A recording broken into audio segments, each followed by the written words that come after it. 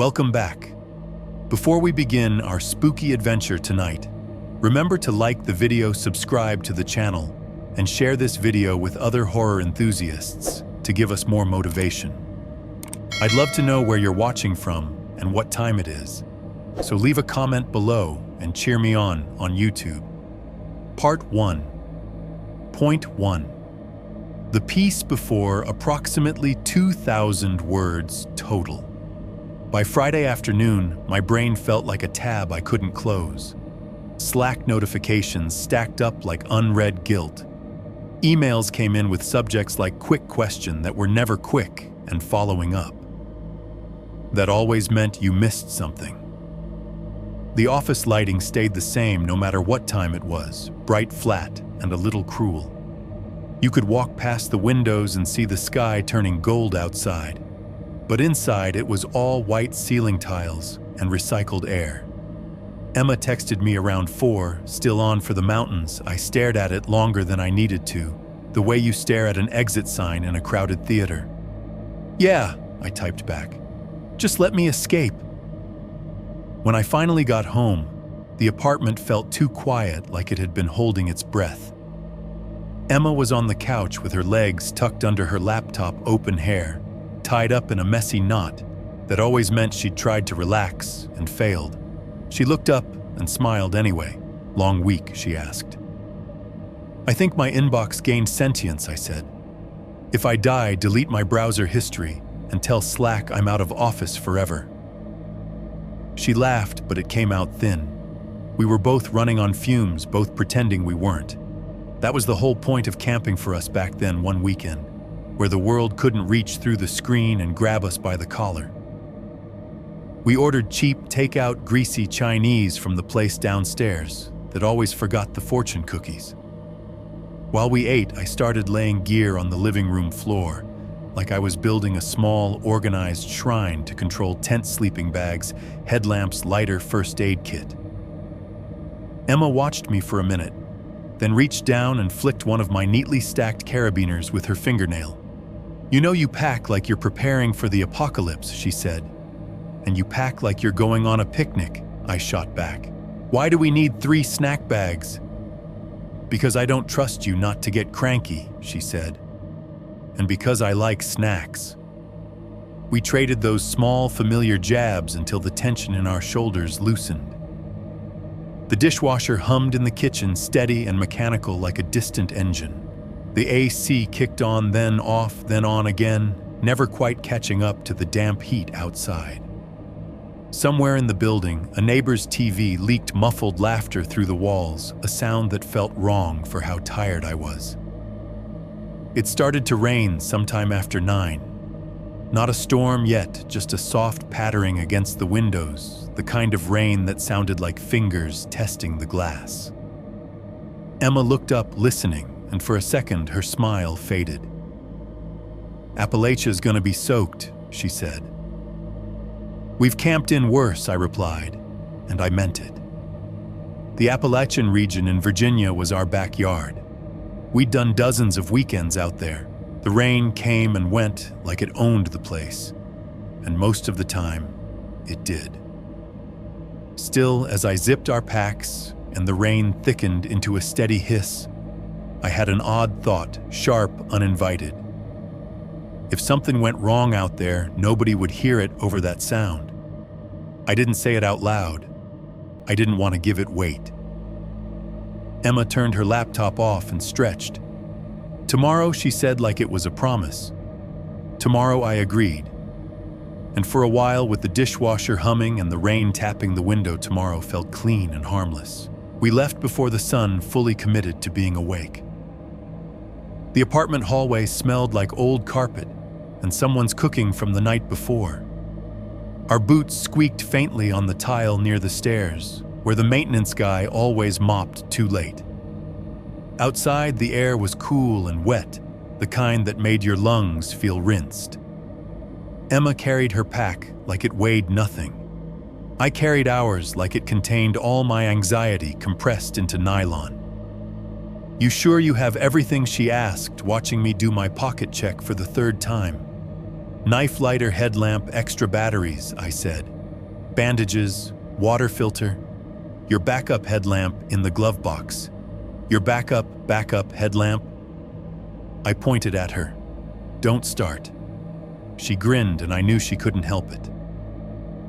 Emma had a way of poking at my obsessive little rituals until I laughed at them, which was the only way I could ever loosen my grip. We stopped at a gas station just off the highway, a place with bright fluorescent lighting that made the world feel like a convenience store even at 6 in the morning. The coffee was burnt and strong enough to strip paint. Emma loaded up on granola bars and beef jerky like we were going to war. "You're the one calling me apocalyptic," I said, raising an eyebrow at her armful of snacks. "Food is comfort," she said. "And if you get hangry, I'm not dealing with you in the woods." She tossed a bag of trail mix into the cart. The plastic crinkled loudly in the quiet store, a sharp sound that made the older cashier glance up like she'd been waiting for trouble. The bell above the door chimed when someone walked in, high and brittle. Back at the truck, the trunk latch popped with a satisfying clunk. Zippers rasped as we tightened straps and adjusted gear. I unfolded the map printouts I'd grabbed the night before because of course I didn't trust my phone, and the paper made that dry, crackling sound that always reminded me of dead leaves. Emma leaned against the passenger door and watched me, coffee in hand. "You're going to make us late to our own vacation." "I like knowing where we are," I said. "We're in Virginia," she replied. "Very helpful." She sipped her coffee and looked up at the low gray sky. Rain had stopped for the moment, but the clouds looked heavy, like they were waiting for a cue. Our plan was simple. We'd pick a shorter trail, something easy, something that ended at a small, isolated camping ground. A reset weekend. We didn't need a long, punishing hike, just enough to feel like we'd earned the quiet. Emma climbed in and shut the door.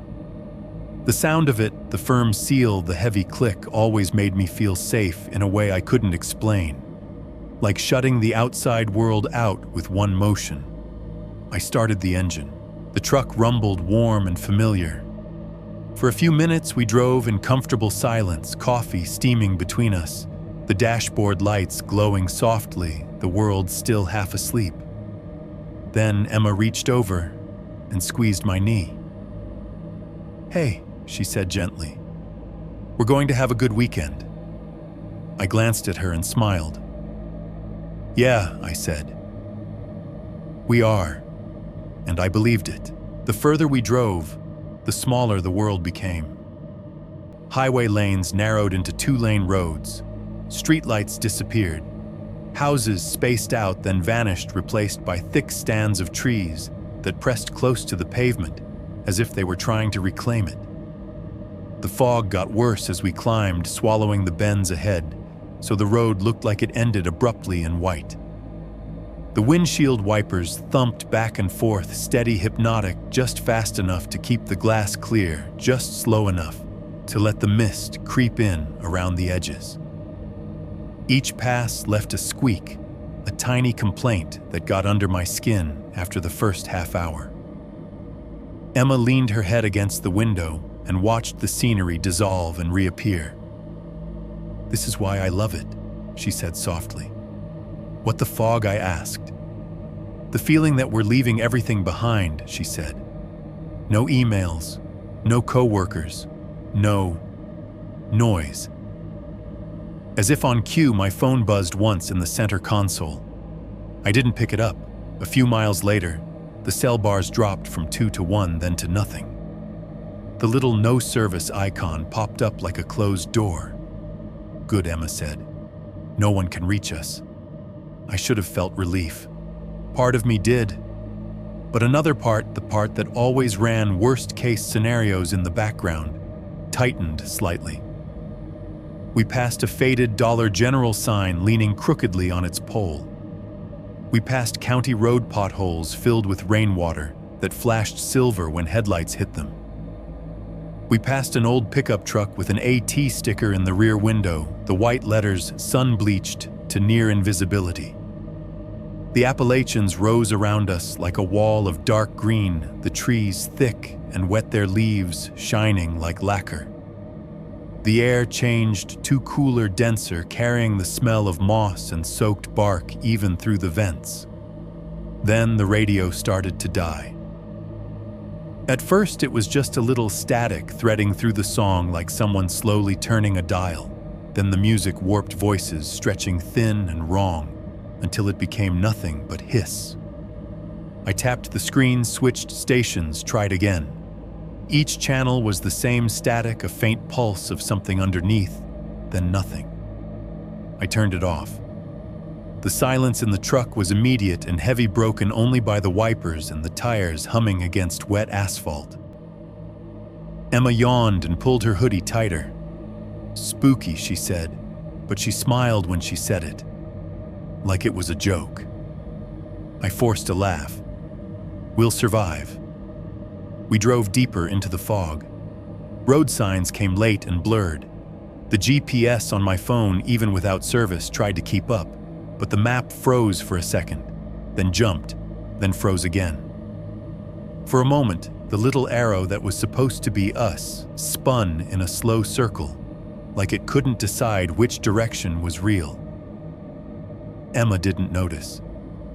She was staring out at the trees, and I, without knowing why, found myself watching the rearview mirror more often than I needed to. I found the trail the same way. I found most things back then by trusting a crowd.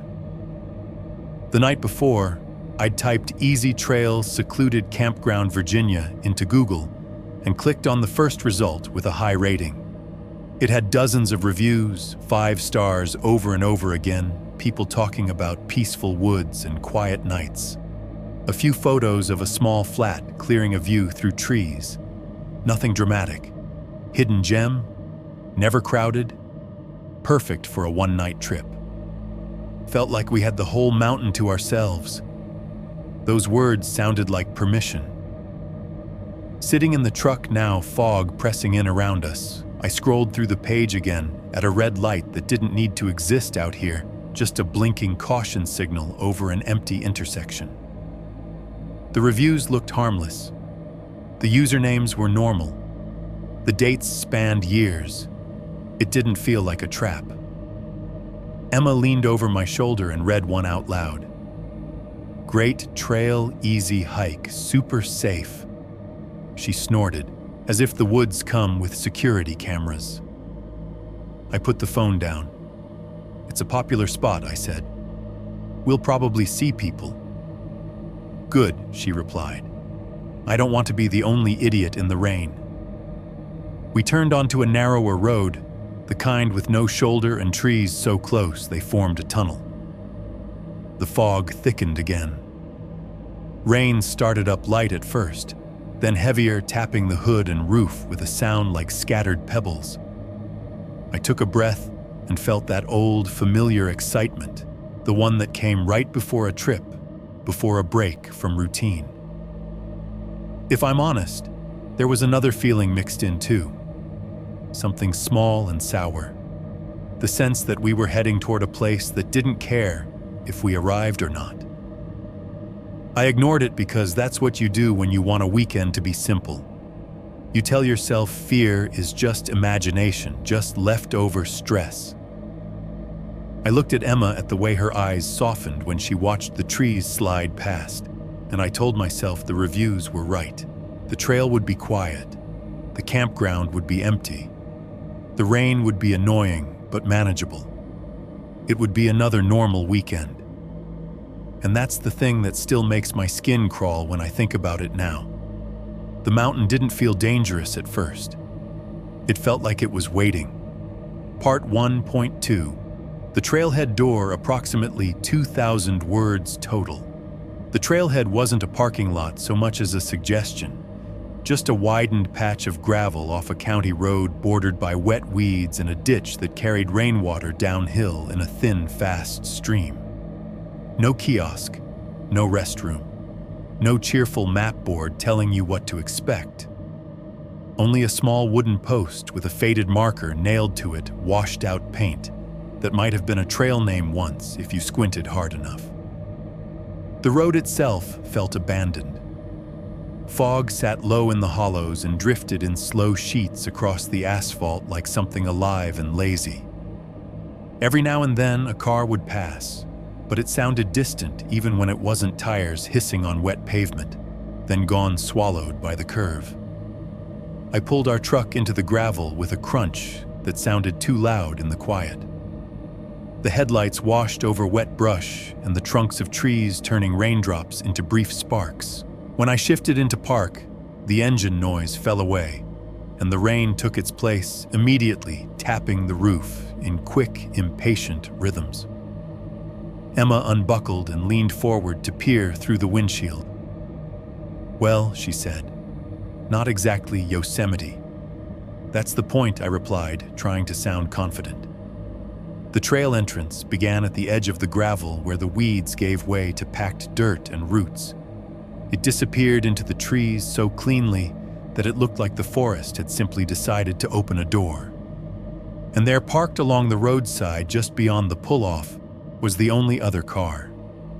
A newer sedan, dark-colored, expensive enough that the paint held the rain like beads instead of letting it soak.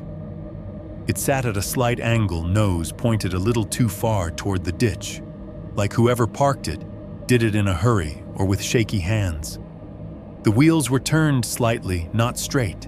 There was no mud splattered up the sides like you'd expect from someone who'd driven on wet back roads. It looked out of place, too clean for this spot. I might not have thought twice about it if it weren't for the passenger door. It was cracked open a few inches, just enough to break the sleek shape of the car. Just enough to let the interior light glow faintly in the gray morning. From where we were, it looked like the car was exhaling. Emma noticed it at the same time I did. She pointed with her coffee cup. You seeing that?" she asked. I stared. The gap was small, but it was unmistakable. The door wasn't shut. It wasn't latched. It wasn't secure. My first thought was simple, almost stupidly normal: someone forgot. My second thought arrived right after colder. Who forgets that, in a place like this, on a rainy morning with nobody else around, who leaves an expensive car with the door open? Emma looked around the pull-off, scanning the road, the tree line, the trail entrance. "Maybe they're on the trail," she said. "Maybe they'll come back in a second." I waited. 10 seconds. 20. The rain kept tapping. The fog kept drifting. No footsteps, no voices, no movement in the trees. The door stayed open. And the longer I stared at that small gap, the more it felt like something wasn't missing from the scene. It felt like something was. "Maybe they didn't notice," I said, already unbuckling. Emma's eyebrows lifted. "You're going over there? I'm just going to shut it. It's raining. Their seat's gonna get wrecked. Or they left it open for a reason," she said, half joking, half not. I forced a laugh. "What reason?" She shrugged. "I don't know. Maybe they're serial killers. Maybe they're baiting a good Samaritan." "Thanks," I said, and opened my door. The cold hit me immediately. Wet air, sharp and clean, smelling of soil and decaying leaves.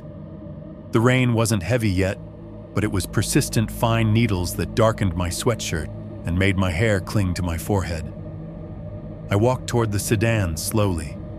Gravel shifted under my boots with soft crunches. I kept my eyes on the trees without meaning to, as if expecting someone to step out and say, "Hey, thanks." No one did. Up close, the door gap looked wider. The interior light was on, pale and weak in the daylight, illuminating the passenger seat. The seat was soaked. Not damp soaked. The upholstery had darkened and sagged like a sponge. Water pooled in the crease where the seat met the backrest. Raindrops hit it and splashed tiny cold flecks onto the door panel. I leaned in just enough to see the floor. The passenger side mat was smeared with muddy grit. Not the random scatter of someone stepping in normally, but a long, dragged streak like something heavy had been scraped across it. The dirt was ground into the grooves. It looked deliberate. For a second, I just stared at it, my brain trying to label it as something harmless. Maybe they'd hauled a wet cooler into the car. Maybe someone spilled a bag of potting soil. Maybe anything. But the streak wasn't wide enough for a cooler. It wasn't scattered like soil.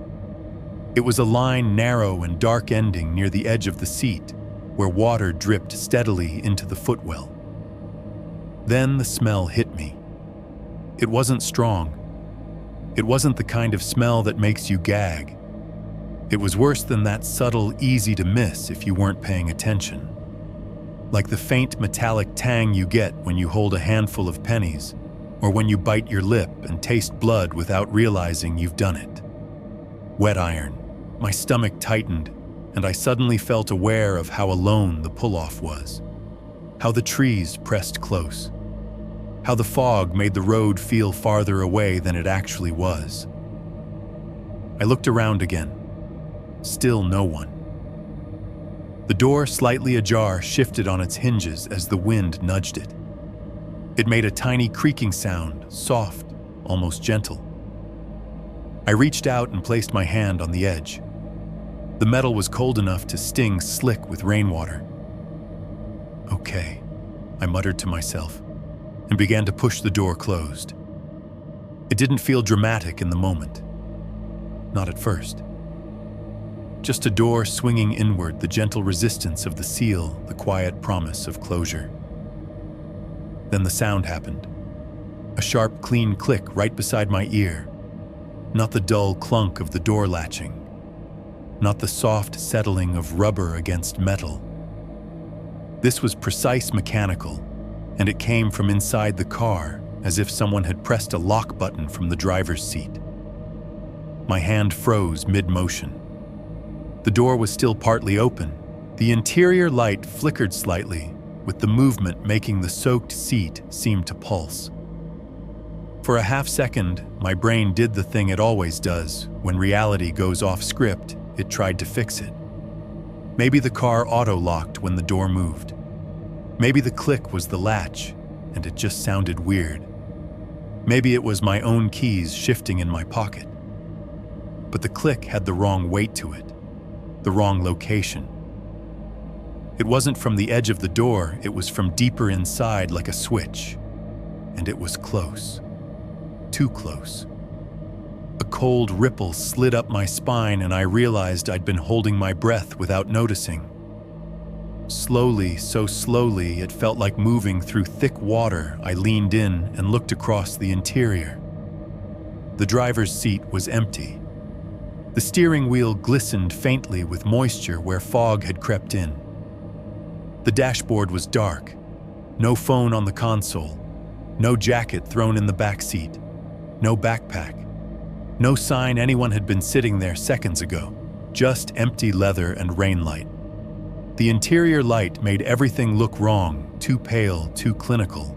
Like the car was a small room that didn't belong outdoors. The soaked seat shone. The muddy smear on the mat looked almost black now. My ears strained automatically, searching for sound. Nothing but rain. No breathing. No shifting weight. No footstep on gravel behind me. No voice. Only the steady tapping on the roof and the faint gurgle of water in the ditch. My mouth went dry. My hand still on the door felt numb from the cold. The click echoed in my head. I could replay it perfectly the way you can replay a gunshot in a dream. I forced myself to finish closing the door. The latch engaged with a soft clunk that sounded completely different, mundane, harmless, the sound it should have been from the beginning. The sedan's door was shut now, sealed.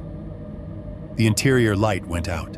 For a moment, I stood there with my palm pressed against the wet metal, staring at my own reflection, blurred and warped by raindrops on the paint. I waited for something else to happen. A voice behind me, a hand on my shoulder, a shout from the woods. Nothing happened. The silence stretched. The rain kept falling. The fog slid past like slow smoke. And that was almost worse because if nothing happened, then the click had no explanation. I stepped back from the sedan and looked at it again. Closed door. Quiet car. Normal. Except I couldn't shake the feeling that I'd just responded to something. Like I'd answered a signal I didn't understand. I walked back to our truck faster than I meant to. Gravel crunched under my boots in quick bursts. My shoulders felt tight, pulled up toward my ears. I kept my eyes on the tree line, scanning for movement that wasn't there. Emma watched me approach through the windshield, her expression shifting as she caught whatever was on my face, what she asked as soon as I opened the door. What happened? Nothing, I said too quickly. She narrowed her eyes. That's not a nothing face. I sat down and shut the door. The familiar heavy seal should have comforted me. Instead, it reminded me of the sedan, of that gap and that click. Their seat was soaked, I said, aiming for casual. Door was just left open. I shut it. Emma didn't look convinced, and it made a weird sound, like it locked. She stared at me for a beat, then leaned forward to look at the sedan again. From here, it was just a car on the roadside. A closed door. No glow from the interior light. You sure nobody's around? She asked. I glanced at the trail entrance. The trees stood still, wet and dark. No figures, no motion. Just the narrow path disappearing into green. I didn't see anyone, I said. Emma hesitated, then gave a small shrug like she was choosing not to feed the fear. Okay, she said. Maybe they're hiking and they'll be annoyed when they get back. Yeah, I replied, though the word felt thin in my throat. We shouldered our packs. Mine felt heavier than it should have. The straps creaked softly when I tightened them. Emma adjusted her ponytail and took one last sip of coffee before tossing the cup into the truck's console. I locked the doors twice out of habit, and the truck chirped back at me. We crossed the gravel and stepped onto the trail. Within 10 yards, the woods swallowed the road noise. The air changed immediately, cooler, wetter, smelling of moss and leaf rot. The rain softened under the canopy, turning into a muffled whisper. For a moment, it almost worked. The peace returned like a blanket. The pull off the sedan, the click, those were behind us now. Just a weird little detail in a normal day. Emma reached back and laced her fingers with mine as we walked. See, she said. Already better. I squeezed her hand and forced myself to nod, because out here, the trail looked harmless. The trees stood quiet. The mountain didn't feel like it was watching, and I wanted so badly to believe that whatever had clicked inside that empty car was nothing. Just a noise. Just a coincidence. Just the world being the world. We kept walking deeper into the green tunnel, letting the rain hush everything else. And behind us, unseen, unheard, the road waited. So did the car. Part 1.3, into the green tunnel, approximately 2,000 words. Total purpose, build dread, through small impossibilities, plus sound. The first thing the woods did was take our voices away. Not literally, Emma and I could still talk, but the sound didn't travel like it did back in town. The trees and wet leaves swallowed it. Our words fell into the mossy ground and stayed there. Even our laughter, when it came, sounded muffled and thin, like we were speaking under a blanket. The trail narrowed almost immediately. Thick rhododendron crowded the sides, their leaves broad and glossy, bowed under the weight of rain. They made a living hallway that leaned inward and brushed our shoulders as we passed. Every time I pushed a branch aside, it snapped back into place with a soft slap, flicking cold droplets onto my face and neck. Wet bark smelled darker than dry bark, rich, earthy, almost sweet. The air was full of it, mixed with the sour rot of old leaves and the clean bite of rain. Each breath felt like drinking the woods. Our boots made a steady rhythm on the packed dirt, thud, squish, thud, squish. The sound was intimate, close to my body. The straps on my pack creaked as I walked, a small leather-on-nylon complaint that had never bothered me before. Now it felt loud enough to announce us. Emma walked ahead of me by half a step, hood up, ponytail tucked inside. Every so often she would reach back and squeeze my hand, like she was reminding me we were doing this together. That contact helped. It anchored me. But the rain was doing something strange. Under the canopy, it wasn't loud the way it was at the roadside. It became a constant whisper instead, soft, persistent, everywhere at once. It hissed against leaves and drummed against broad rhododendron, like fingers tapping on a table. It made a kind of white noise that seemed to flatten the world. You couldn't hear far in it. A normal forest has layers of sound, birds, insects whined, distant water. This one felt stripped down. The rain covered everything like a curtain drawn across a stage. Beyond the 10 feet of visibility around us, everything might as well have been silent. And that's what made the isolation feel different. At the trailhead, the absence of people was just emptiness. Out here, the absence felt intentional, like the mountain had agreed to keep its secrets. We walked for a while without saying much. When Emma spoke, it was about small things, the way her socks were already damp, the way my hood kept slipping back. She sounded normal, annoyed in the way campers always are about weather.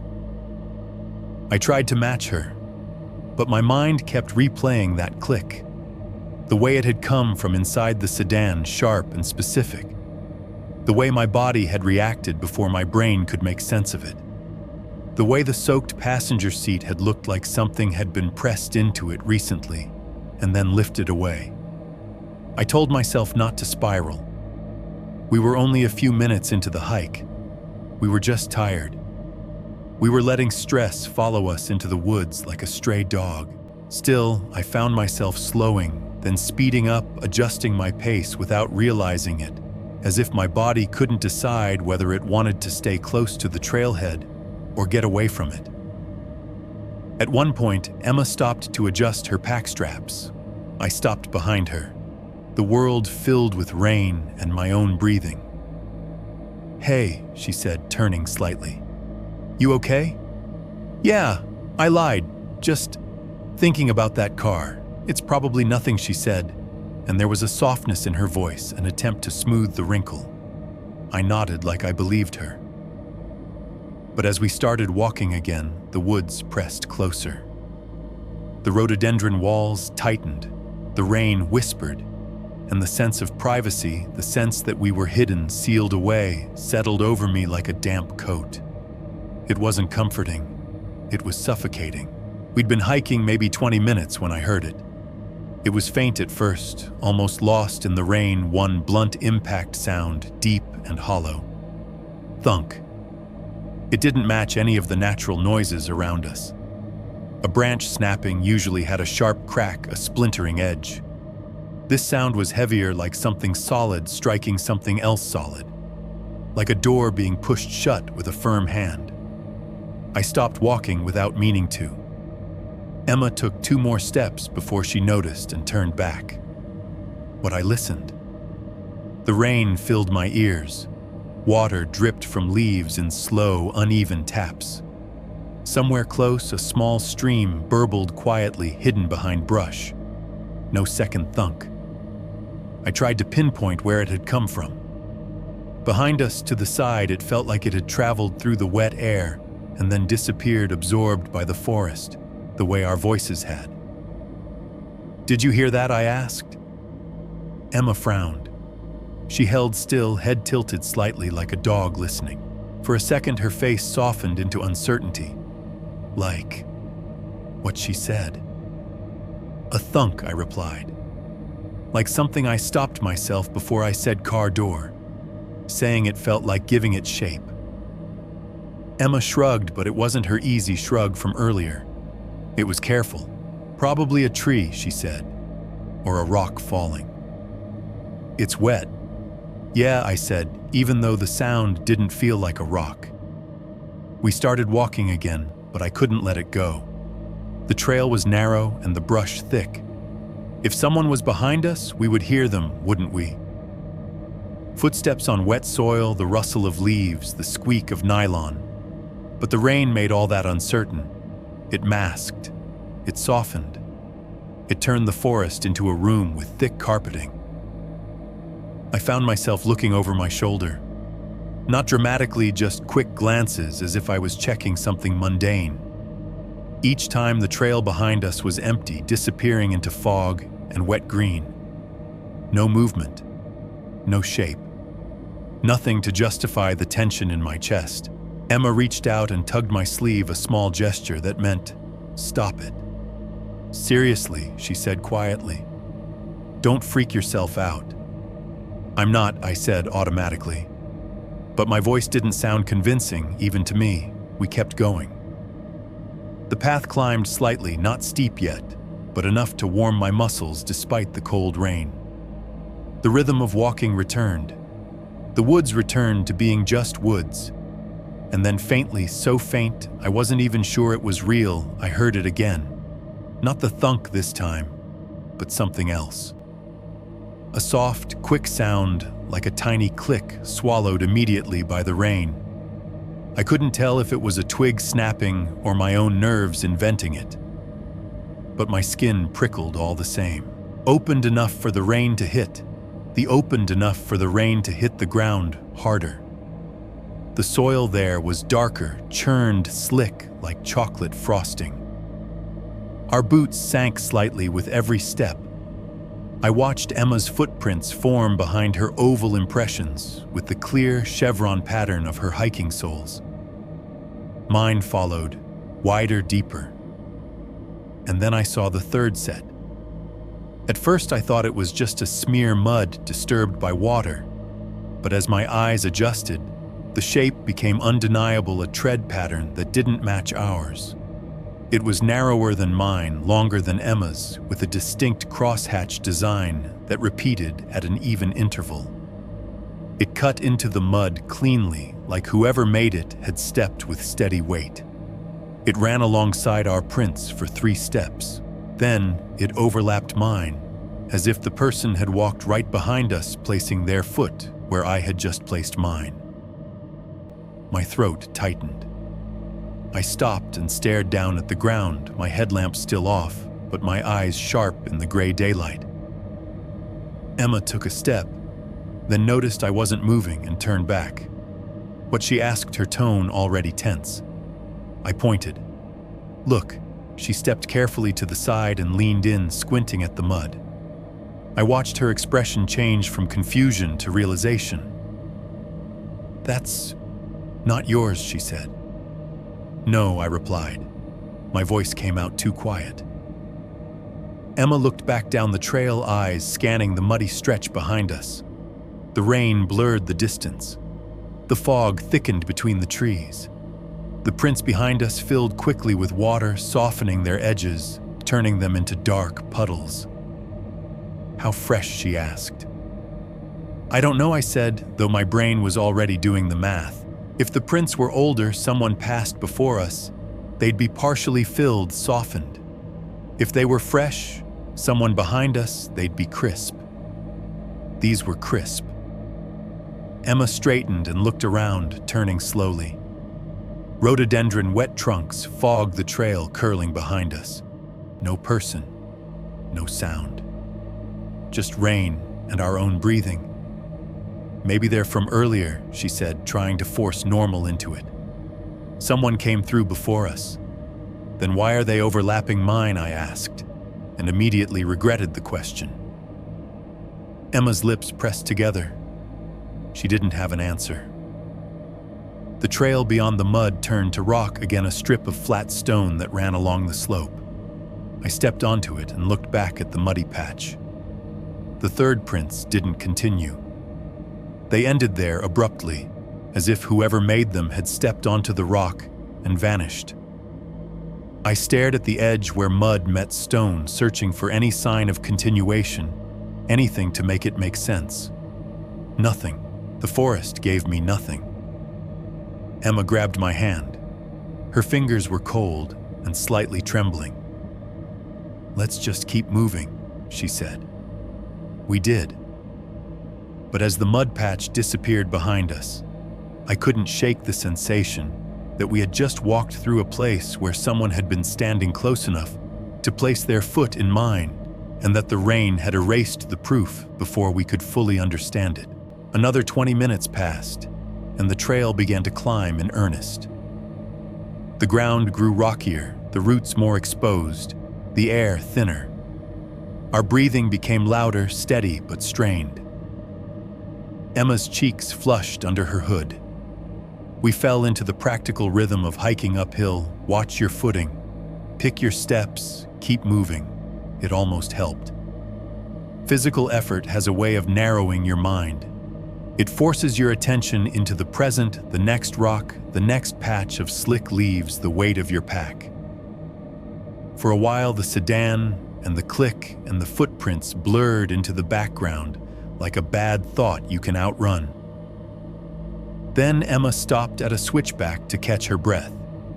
I stopped too, hands on my knees, rain dripping from my sleeves. The forest around us was quiet except for the rain and our panting. The fog had thickened, so the trees looked like shadows behind a veil. Emma wiped water from her face and glanced back down the way we'd come. "Still no one," she said, as if naming it could make it true. I looked back too, just out of habit, just to reassure myself. The trail curved away, descending into fog. Through the wet green and gray, I could barely make out the roadside pull-off. But I saw it. A pale, angular shape against the darker background. A rectangle that shouldn't have stood out at this distance unless it was reflecting light. For a second, my brain refused to recognize it. Then recognition hit like a shove. The sedan was still there, and the passenger door was open again. Not wide, just that same precise crack, as if someone had measured the angle and set it carefully like a prop. My stomach dropped so fast it felt like the ground tilted. I stared, blinking rain from my eyelashes, trying to convince myself it was a trick of fog, a branch, a sign. It didn't move. It didn't need to. Emma followed my gaze, her face drained of color. "No," she whispered. I didn't answer. I couldn't, because there was only one way that door could be open again. Someone had gone back to it, or someone had been there the whole time. And suddenly, the privacy of the rain didn't feel like peace. It felt like cover. Chapter 2. The Tent in the Middle, Part 2.1. Arrival at the clearing, approximately 2,000 words total. The trail didn't announce the clearing when we reached it. It just let go. One moment we were still in the green tunnel, rhododendron brushing our sleeves, fog caught between trunks like wet gauze, and the next, the trees pulled back enough to reveal a flat pocket of ground on the mountain, wide and level in a way that felt unnatural. A place carved out by someone's decision, not by nature. Fog sat in the clearing like smoke that hadn't figured out where to go. It clung low to the dirt and drifted in slow waves, making the far side of the campsite look farther than it was. Rain fell through it in thin silver lines, the drops vanishing as they crossed into the mist.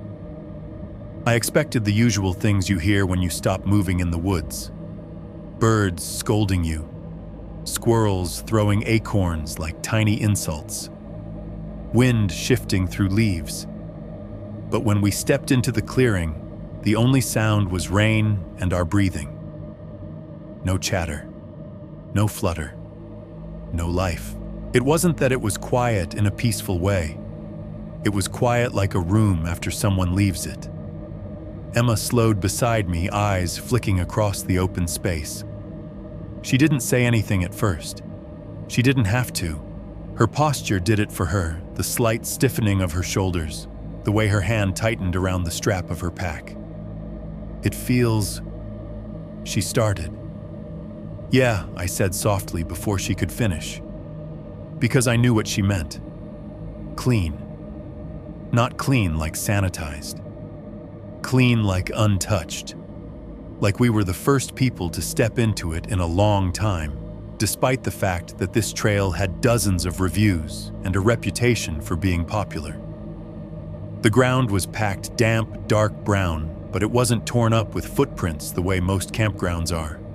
There weren't old fire rings littered with beer caps, no charred stick piles, no little scraps of plastic or foil, no obvious evidence of weekend warriors. Even the smell was different. Instead of the stale mix of smoke and sweat you get in well-used campsites, it was all wet soil and leaf rot, sharp and fresh, like the clearing had been rinsed. I swallowed and looked back at the path behind us. From here, the trail entrance looked like a slit in the trees, a narrow wound that bled fog. If we stepped back through it, we'd be swallowed again. Emma exhaled slowly, her breath puffed pale in the cold, damp air. Maybe it's just not used much, she said as if testing the words for comfort. Maybe, I replied. But even as I said it, I caught myself listening, straining not for danger, but for proof of normal life. Some small sound that would tell me we were still in a world where things made sense. The woods gave me nothing. Just rain. Just fog. Just the quiet that felt like it was waiting for us to do something wrong. The tent was the first thing I noticed once my eyes adjusted. It sat dead center in the clearing, as if someone had dropped it there from above. A small solo tent, low profile, the kind you buy when you're trying to keep your pack light, or you're new to camping and don't want to spend much. It was a dull color that blended with the mud and fog, but the shape was clear, a shallow dome, neat and symmetrical. Too neat. The guy lines were taut, angled perfectly, like they'd been measured. The stakes were planted cleanly into the ground at consistent distances, and the fabric wasn't sagging under the rain the way most tents do after a few hours of weather. This one held its shape like it was proud of it. I took a step closer and stopped. The ground around it should have been disturbed at least a little. If someone set up a tent in wet soil, there's always some mess, scuffed footprints, kneel marks, the drag of gear. But the dirt around this tent looked smoothed over. Damp, yes, but unmarked, like it had been patted down again after.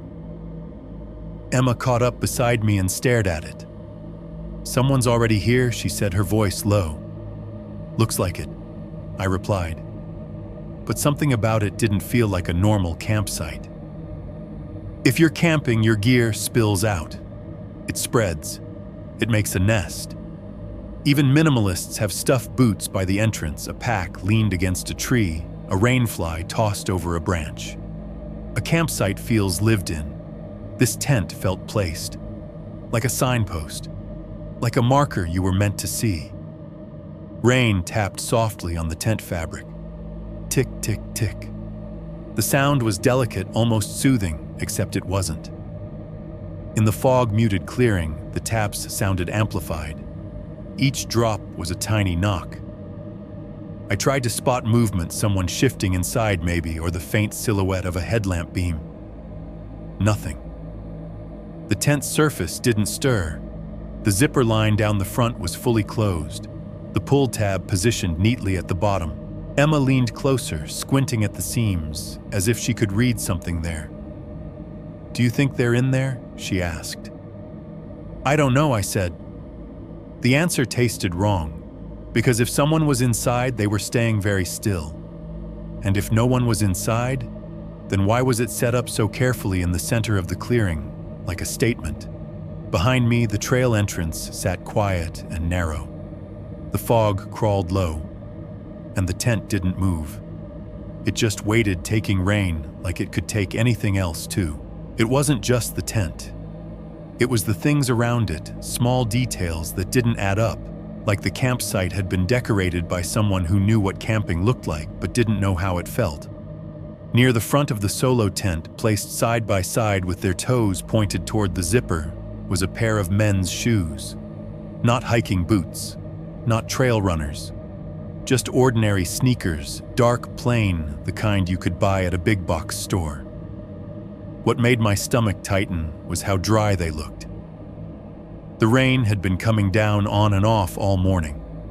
The ground was wet enough to soak through our pant legs, but those shoes sat there like they'd been kept under shelter, like they'd been placed there recently. Emma noticed them too. She crouched slightly, not touching, just looking. "They're clean," she murmured. "Yeah," I said. My eyes moved beyond the shoes, scanning for the rest of the campsite that should exist, pack, cooler, tarp, anything. Instead, I saw a grocery store plastic bag. It was crumpled loosely over something long and narrow, lying on the ground about 10 feet from the tent, near a patch of low brush. The bag was the kind you get from any supermarket, white thin, printed with a faded logo. It fluttered slightly when the wind shifted, but not enough to uncover what was beneath. Rain hit the plastic with a hollow patter. Plap, plap, plap. It sounded wrong because plastic doesn't absorb sound the way fabric does. The drops bounced. They made it seem like the bag was empty, even though it clearly wasn't. Whatever was under it had shape, length. The outline suggested something rigid. A tent pole, a fishing rod, a piece of broken branch. My mind offered safe options, first desperate to label it. But the sound, the hollow drumming, made my imagination take darker routes. It reminded me of tapping on a cheap Halloween skull from a party store. That brittle, empty resonance. Emma stood and backed away from it without comment. Her face had gone still in a way I recognized. It wasn't panic yet. It was the early stage of instinct, the moment your body decides something is wrong before your mind catches up. "Let's just set up over there," she said, nodding toward the far edge of the clearing where the fog thickened against the trees. I hesitated, staring at the plastic bag. I hated that it held my attention. I hated that I wanted to lift it and end the uncertainty even more than I hated that I was afraid to. In the rain-muted silence, the plastic kept drumming. A small, patient sound, like a heartbeat you weren't supposed to hear. Emma didn't argue long. She didn't need to. Her body language was the argument, the way she angled herself away from the center tent, the way her gaze kept flicking back to the trail entrance, as if measuring distance escape options. "I don't like this," she said quietly. "We should go." The words landed heavy because Emma wasn't dramatic. She wasn't the kind of person who scared easily. If she said she didn't like something, it meant her gut had spoken loud enough to override her logic. I looked around the clearing again, forcing myself to see it as normal. A campsite, a tent, someone else here. No big deal. "We've camped near strangers before," I said, keeping my voice light. "Maybe they're in the tent, waiting out the rain." "Then why the shoes?" she replied. "And why are they dry?" I didn't have an answer. So I did what people do when they don't have an answer. I tried to make the question smaller. "Okay," I said, "we'll set up far away. One night. If anything feels off, we leave. Promise." Emma stared at me for a long second, searching my face like she was trying to decide whether to trust me or her instincts. Then she nodded stiffly. "Fine," she said. "But I'm serious." We moved to the far corner of the clearing, close enough to the tree line that the woods felt like a wall at our backs. I chose the spot partly because it gave us a view of the center without being in it, and partly because it made me feel like we weren't trapped in open space. We set up our tent quickly, stakes pushed into wet soil with a soft shick. Rain tapped the rainfly, zippers rasped. The familiar routine should have soothed me, and for a minute it almost did. But every time the wind shifted, I heard the plastic bag in the middle of the clearing crackle and drum under the rain. And every time I looked up, the solo tent sat perfectly centered in the fog, like it was meant to be the first thing you saw. Like the clearing wasn't a place to rest, like it was a stage. And we'd just walked into the spotlight. Rain turned our tent into a small, private world made of nylon and breath.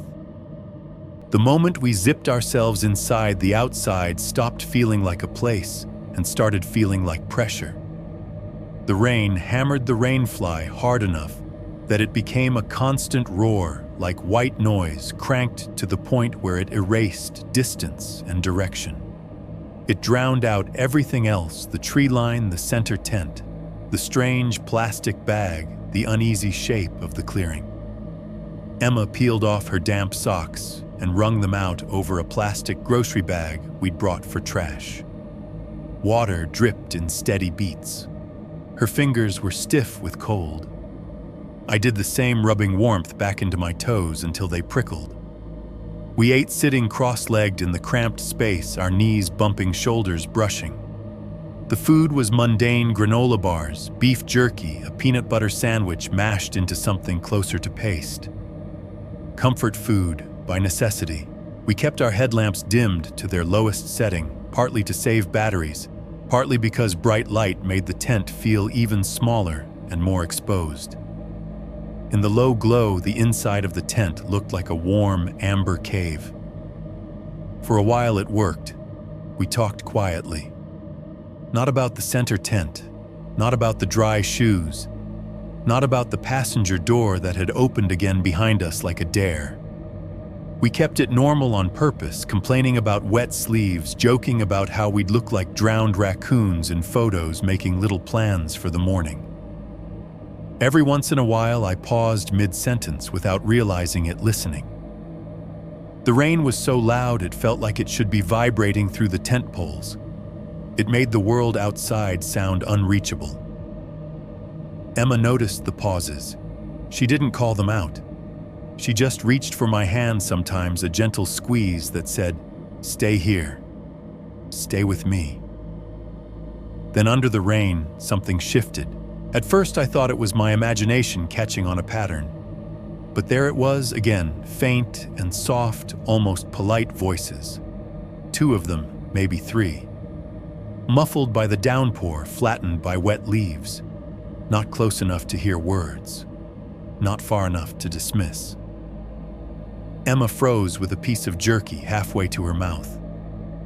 "You hear that?" she whispered. I nodded. We both sat very still.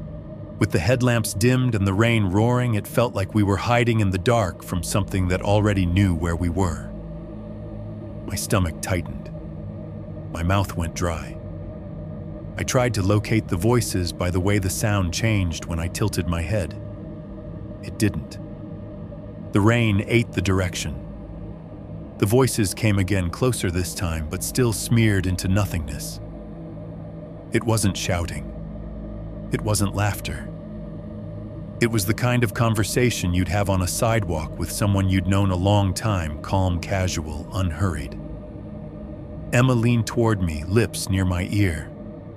Could be the tent people. "Yeah," I whispered back, and even as I said it, I felt the lie in my own voice. The center tent still sat in my mind like a wrong note. The shoes, the plastic bag, the fact that it looked too clean, too placed. The voices came nearer. The fabric of our tent trembled slightly as wind pushed rain against it.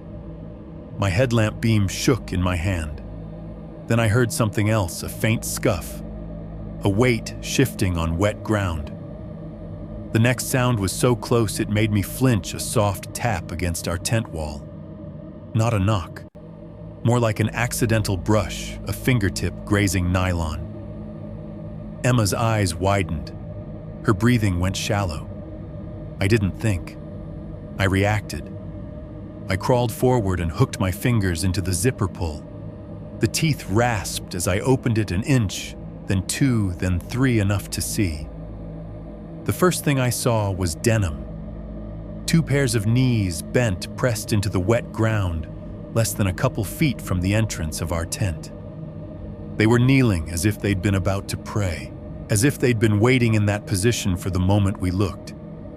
My heart jumped hard enough that I felt it in my throat. For half a second, my brain did not understand what it was seeing, because no one approaches a tent like that. Not quietly, not on their knees, not that close. Then the faces lifted into the narrow gap of my zipper. Two men, both smiling. Hey, one of them said, voice warm and friendly, in a way that didn't match his posture at all. Didn't mean to scare you. The other nodded as if we were old neighbors meeting at a mailbox. Evening, he added. They were close enough that I could see rain caught in their eyelashes. Close enough that I could smell them wet fabric, faint sweat, and underneath it, something metallic, like coins in a pocket. Their smiles were easy practiced, almost charming, but everything else about them was wrong. No backpacks, no rain jackets, no ponchos, no gear, just tight jeans clinging to their legs and thin t-shirts soaked through outlining ribs and collarbones. In weather like this, anyone who'd been outside for more than a few minutes would be shivering. These men weren't. Their shoulders were relaxed, their breathing steady. Their skin was pale from the cold, but they didn't act cold. I forced my voice to work. Hi, I said. Sorry. Didn't hear you? No worries, the first man said. His accent was hard to place American, sure, but smoothed out almost generic, like he'd learned it from TV. Just wanted to introduce ourselves. We're camped out here too. He gestured behind him with his chin toward the center of the clearing. The middle tent, the second man said, smiling wider. That one's ours. I didn't look away from them, but my mind flashed to the solo tent sitting dead center, perfect like a marker. Too small for two grown men, too clean to have lived in. Oh, I said, and heard the thinness in my own voice. We're just here for the night. Just the night, the first man repeated like he was tasting the phrase. That's nice. You picked a good spot. His eyes slid past me, past the zipper gap into the tent. Not just a glance, a deliberate scan. He looked at our packs, our shoes, the shape of our sleeping bags, the placement of our headlamps. He took inventory the way a cashier takes inventory when the store is closing. Emma shifted behind me. I felt her presence as a tightening in the air. She didn't speak, but I could feel the question in her silence. Why are they so close? The second man leaned slightly, as if he wanted a better angle into our tent. His smile stayed fixed. Y'all been out here before, he asked. Yeah, I lied without thinking. A few times. He murmured as if impressed. We've been out here a while. Emma spoke then, her voice steady but clipped. How long? The first man blinked slowly. Few days, he said. Maybe more. Time gets funny out here. The second man nodded along like he'd rehearsed the line. Yeah, we like it. Quiet. Not many folks come back this far. That was when my stomach tightened again, because we hadn't come back this far. The trail was short, the clearing was accessible, the reviews called it popular. The lie sat between us like a third person. A few days, I repeated, forcing a small laugh to keep things casual. In that little tent, their smiles didn't change, but something in their eyes shifted a flicker, quick and sharp, like a camera catching glare. It keeps you warm, the first man said simply. Rain ran down his nose. He didn't wipe it away. The second man's gaze stayed locked on me, and for the first time I noticed how still he was. Not relaxed still. Held still like a statue that had learned to mimic friendliness. Emma's headlamp glow caught their hands. That's when she saw it. I saw her eyes drop, then sharpen, The men's fingers were clean in the sense that there wasn't visible mud caked on them, but the nails, especially on the first man, were rimmed with dark soil packed tight, like he'd been digging in wet ground with his bare hands, or like he'd scraped something stubborn off something else. There were thin red-brown streaks in the creases of his knuckles that could have been rust, could have been dried sap, could have been something I didn't want to name. Emma's voice came out careful. "You guys hiking too?" Hiking, the second man echoed with a soft chuckle like it was a cute misunderstanding. "Sure. Yeah." The first man nodded, but his eyes never left mine, mostly just exploring. There was a beat of silence where the only thing you could hear was rain. It wasn't an awkward silence. It was measured, like they were waiting to see what we'd do with it. I swallowed. My tongue felt too big in my mouth. "Well," I said, forcing politeness, "nice to meet you." "Nice to meet you," the first man said immediately, too quick, like he'd been waiting for that cue. The second man's smile widened again. "Y'all sleep warm," he said. Then without another word, they rose. They didn't grunt or shift the way people usually do when standing up from a kneel. Their movements were smooth, controlled, economical. They turned away from our tent at the same time, like dancers finishing a routine. I watched them retreat into the rain, or tried to, because what happened next didn't match the movement I saw. They took 2 steps, maybe 3, toward the center of the clearing, where the solo tent sat half lost in fog. And then, it was as if the sound of them was cut off. No crunch of wet gravel, no squelch of mud, no swish of damp jeans. The rain continued without interruption, but their footsteps might as well have been on carpet. They moved through the clearing like the ground didn't want to acknowledge them. Emma crawled up beside me, her face pale in the dim headlamp light. She stared through the zipper gap, tracking the men with a kind of focused disbelief. "They didn't make any noise," she whispered. I didn't answer right away because my throat had tightened too much. I watched the fog. I watched the outline of the center tent, its shape crisp against the gray. The men should have been visible as dark figures moving toward it. But they weren't. Not clearly. They dissolved into the fog too quickly, like the mist swallowed them whole. One moment they were there, wet denim, pale faces, calm smiles, and the next, the clearing looked empty again, as if nothing had happened at all. I slowly zipped the tent shut. The zipper teeth rasped loud in the rain, loud quiet, and the sound made me flinch because suddenly it felt like an invitation, like a signal. Emma sat back, hugging her knees to her chest. Her damp hair had escaped her hood and stuck to her cheek. Her eyes were fixed on the tent wall like she could see through it. "Those guys aren't camping," she said. "I know," I admitted. The words felt heavy because saying them made them real. Emma's voice dropped even lower. "Did you see their hands?" "Yeah," I said. A pause. "And their tent." She added like she was trying to keep her voice steady by focusing on facts. "It's too small." "I know," I repeated, and my mind flashed again to the passenger door opening behind us, to the third set of footprints that had stepped into mine, to the way the clearing had felt scrubbed clean.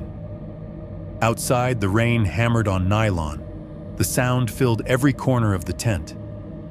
For a moment, I told myself we were safe because we were zipped in, because we were together, because the world still made sense if I forced it to.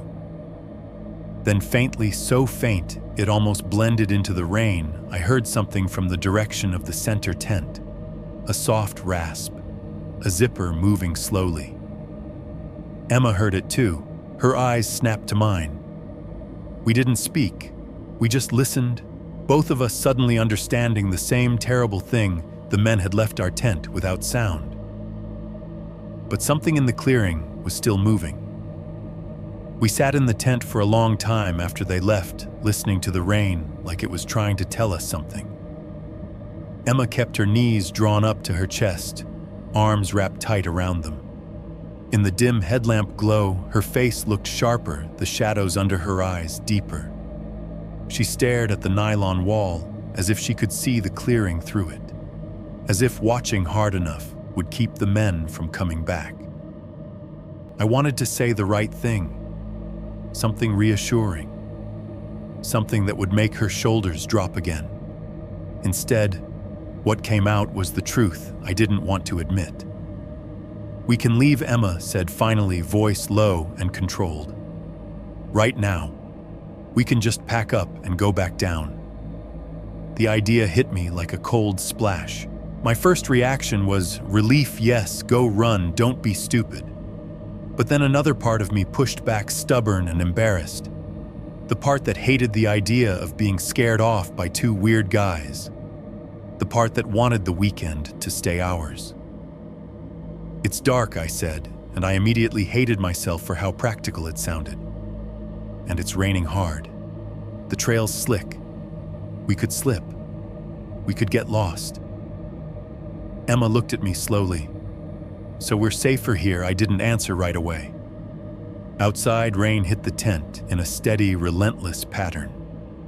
The sound was loud enough to feel like pressure against my skull.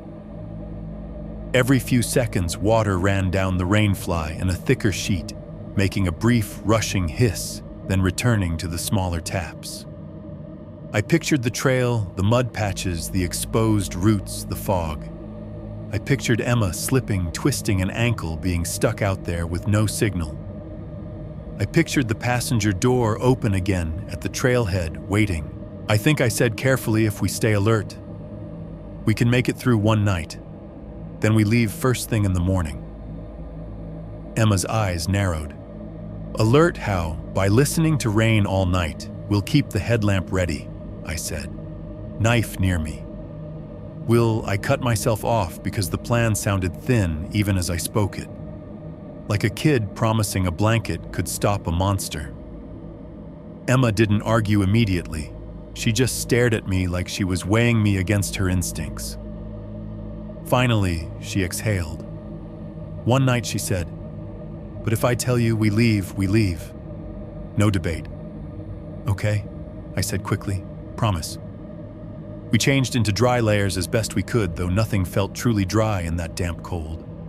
Our socks were still a little clammy. Our clothes smelled faintly of wet leaves. Emma lay down with her back to the tent wall, facing me. I lay beside her, listening, feeling the thinness of nylon between us and the clearing. The rain started to do what rain always does when you can't escape it. It turned hypnotic. At first, it sounded sharp, individual drops, distinct taps.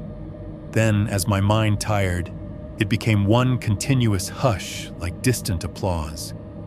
It smoothed the edges of thought. It made time feel syrupy and slow. Emma's breathing steadied. I could tell she wasn't asleep, but she was trying. She kept one hand near her headlamp, fingers curled around it like a comfort object. I stared at the ceiling of the tent. The fabric shifted slightly as wind moved through the clearing. The tent poles creaked softly, a quiet groan that made my stomach tighten every time it happened. I tried to tell myself the men were just weird hikers, maybe drugged, maybe socially off, maybe locals messing with tourists. But the way they'd knelt at our zipper close enough to touch didn't fit any harmless story. I felt sleep creeping in anyway, unwanted and heavy. And then through the rain, I heard it, a sound too specific to be nature. My eyes snapped open. For a second, my brain tried to pretend it was something else, a branch scraping bark, a leaf tearing. But the sound came again, unmistakable. Rrt. Rrt. A zipper. Not ours. Ours was still closed. I could feel the sealed line beside my shoulder. This sound came from outside, from the center of the clearing, faint but clear in the rain's white noise like a blade cutting cloth. Emma sat up so fast her sleeping bag rustled loudly. Her eyes were wide, face pale in the dim light. "You heard that," she whispered. I nodded, throat tight. The zipper sound continued slow and deliberate. Not the quick, annoyed zip of someone climbing out to pee. This was careful, measured. Like whoever was doing it wanted it to be quiet, but didn't care if it wasn't. Then a pause. Then another small pull. My skin prickled with goosebumps. The sound reminded me of the way a body bag zipper moves in movies, slow, final, too intimate. It wasn't just the sound itself. It was the implication of a person choosing that pace. I reached for my headlamp with a hand that suddenly felt clumsy. The plastic was cold under my fingers. I clicked it on, kept it dim, aimed it toward the zipper opening of our tent. Emma grabbed my wrist. "Don't," she mouthed, but her grip was weak. She wanted to see too. She just didn't want to admit it. I leaned forward, heart hammering, and unzipped our tent just enough to make a narrow slit. Cold air slid in, wet, metallic, alive. I angled the headlamp beam through the gap, keeping it low at first, so it wouldn't flash across the clearing like a signal flare. The beam swept the ground, mud scattered leaves, little puddles forming in shallow depressions. It caught the edge of the center tent in the fog. The fabric looked darker now, slick with rain. The guy lines glistened. The stakes held. I moved the beam upward. The zipper line of the center tent was open a few inches. Not wide. Just enough to create a narrow black mouth in the front panel. The zipper pull hung still, wet and shining. And then the movement stopped completely. The zipper didn't continue. The tent didn't shift. No silhouette appeared. No hand. No face. Nothing. It was as if whoever had been opening it had frozen the moment they realized we were watching, or the moment they realized we were listening. Emma's breath came in shallow pulls behind me, each inhale catching slightly, the way it does when panic wants to rise but you're trying to hold it down. I could feel my heartbeat in my fingertips, pulsing against the headlamp casing. I kept the beam steady on the small gap. Seconds passed, then more.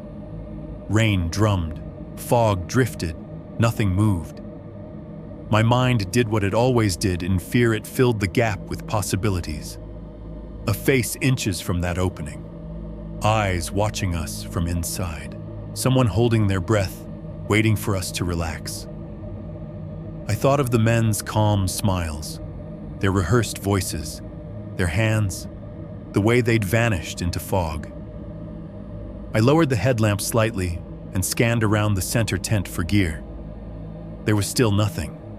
No packs, no cooking setup, no tarps, no wet clothes hanging from branches, no extra shoes, no food bags strung up. No sign of anyone living there for a few days. Just that tent planted dead center like a statement, like a prop. And then the plastic bag shifted. It wasn't dramatic. It didn't flip over. It didn't fly up in the wind. It moved the way something moves when it's nudged from underneath, just a small slide, a fraction of an inch. Enough to make the rain drumming change tone for a split second. The sound went from hollow tapping to a slightly thicker, wetter thud, as if the plastic briefly pressed against whatever rigid shape it covered. Emma made a small noise in her throat, half gasp, half choke. Her hand gripped my arm hard enough to hurt. I froze, headlamp beam snapping toward the bag. The fog made the edges blur, but I could see it clearly enough. The bag had shifted, and now one corner of it was lifted slightly, like something underneath had changed position. The rain kept drumming on it, hollow, bone-like. I waited for wind to explain it, for a gust to ripple the plastic, for the bag to flutter back. It didn't. The clearing was too still, the air too heavy, the fog too thick to let wind through easily.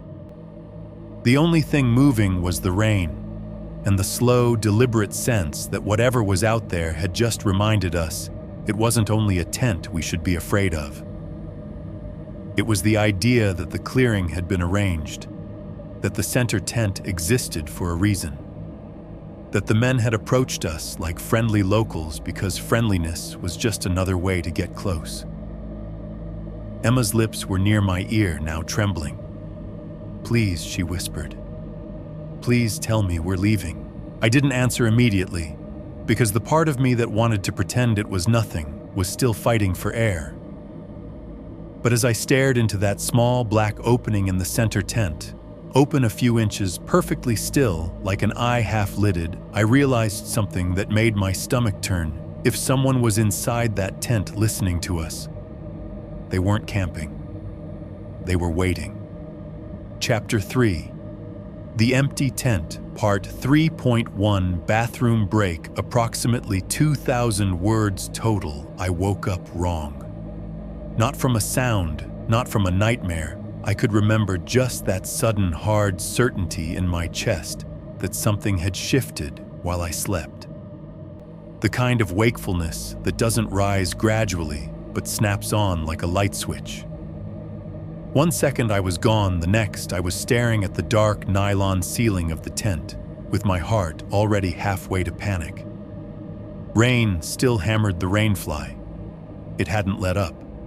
If anything, it sounded heavier now, thicker, like it was being poured instead of falling. The tent poles flexed with each gust, creaking softly, as if the whole structure was tired of holding itself upright. Emma lay beside me, turned slightly away, her shoulders tight even in sleep. She'd fallen into that shallow, vigilant rest people get when their bodies give out, but their instincts refuse to. Every few breaths, she twitched tiny movements in her hands, her jaw like her mind was still listening for danger, even as it drifted. I stayed still, barely breathing, letting my ears do the work. The rain was a wall of sound. It flattened everything, made the clearing outside feel distant and unreal. But underneath it, beneath the hiss and drumming, I thought I could hear something else. Not a clear sound. More like a change in the air. A presence. A density.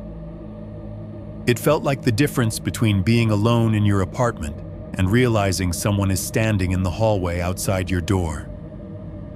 I told myself it was paranoia. We'd had a weird encounter, sure. We'd heard the zipper. We'd seen the plastic bag shift. That didn't mean anything was here right now, inches from our tent. That didn't mean the darkness outside was full of breathing bodies. Still, I didn't roll over. I didn't move my arms. I didn't reach for my headlamp. I just stared at the ceiling and waited for my heart to settle. It didn't. Time blurred. Maybe it was minutes, maybe longer. The rain made everything feel stretched. Then my bladder made the decision for me. The pressure had been there when I fell asleep, but I'd ignored it. Now it was sharp and urgent, a physical demand that cut through fear. I lay there weighing choices like they mattered. Go outside and risk whatever was out there, or stay inside and make a mess of the one safe place we had. Emma shifted slightly, murmuring something I couldn't understand. Her eyes didn't open. She looked exhausted in a way that made my chest ache with guilt. I'd insisted we stay. I'd promised one night. I'd promised I'd keep her safe. I could at least handle this without waking her. I reached slowly, deliberately for my poncho, one of those cheap plastic ones you can buy in a pack of 3 at any gas station. It was folded near the tent door. My fingers found it in the dark. The plastic crinkled loudly when I unfolded it, the sound startling in the rain's roar. Emma's eyes snapped open immediately. She didn't sit up. She didn't speak. She just looked at me, pupils wide in the dimness. "I have to pee," I mouthed. For a second, her face tightened, fear flaring. Then she nodded once, small and reluctant, like granting permission for something dangerous. I pulled the poncho over my head. The plastic snapped against my shoulders. It smelled faintly chemical, cheap polymer, and old storage. It made me feel like I was wrapping myself in a thin lie. I crawled toward the tent zipper. My hands shook enough that the zipper pull clicked against its metal stop when I grabbed it. I paused. I listened. Rain. Only rain. I unzipped slowly, trying to keep the teeth from rasping too loud, but the sound still cut through the quiet like tearing fabric. Cold air spilled in, immediately wet and sharp, carrying the smell of mud and leaves and that faint metallic tang I'd noticed near the sedan. I told myself it was just the damp air. Wet soil can smell like iron. Blood isn't the only thing that smells metallic. I pushed the flap aside and slipped out. The darkness outside wasn't total. Fog glowed faintly in the distance, reflecting whatever little light existed behind clouds. Everything was smeared in shades of gray. The clearing was a ghost version of itself. Edges softened trees blurred the center tent, a dark lump in the middle. Rain hit my poncho in hard, fast taps. The plastic amplified it, turning it into a loud, frantic drum right above my ears. Each drop sounded like a tiny slap. My breath sounded absurdly loud inside the hood. Inhale. Exhale. The wet air made it visible in brief, pale bursts. I moved a few steps behind our tent toward a tree line where the brush was thicker. The ground sucked at my boots. Mud clung. Water ran in small streams along the slight slope. Every footfall made a wet shh sound, as if the earth didn't want to let go. I found a tree, turned my back to the clearing, and tried to focus on the task. It should have been simple. But the moment I stopped moving, the world around me felt enormous. The rain washed across leaves, the sound everywhere. Fog hovered low. The trees stood like dark pillars, and somewhere in that wet darkness there were other humans. I knew it. My body knew it, even if my eyes couldn't prove it. That was when I heard the voices. Low calm.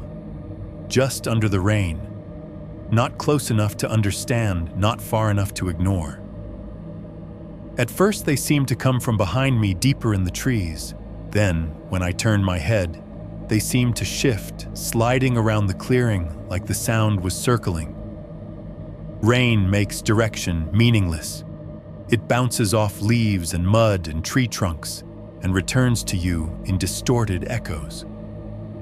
A whisper 10 feet away can sound like it's coming from 50. A voice behind you can feel like it's in front. The voices drifted faint and steady, like two people talking in a room you couldn't enter. My skin prickled. I zipped up faster, hands clumsy. The poncho crackled with every movement. I turned slowly, scanning through fog. I couldn't see anyone. No outlines, no movement, no headlamp beams. Nothing but the vague shapes of trees and the darker blot of the center tent. But the voices continued soft, almost polite, like they weren't trying to hide at all. My mind tried to grab onto words, desperate to understand.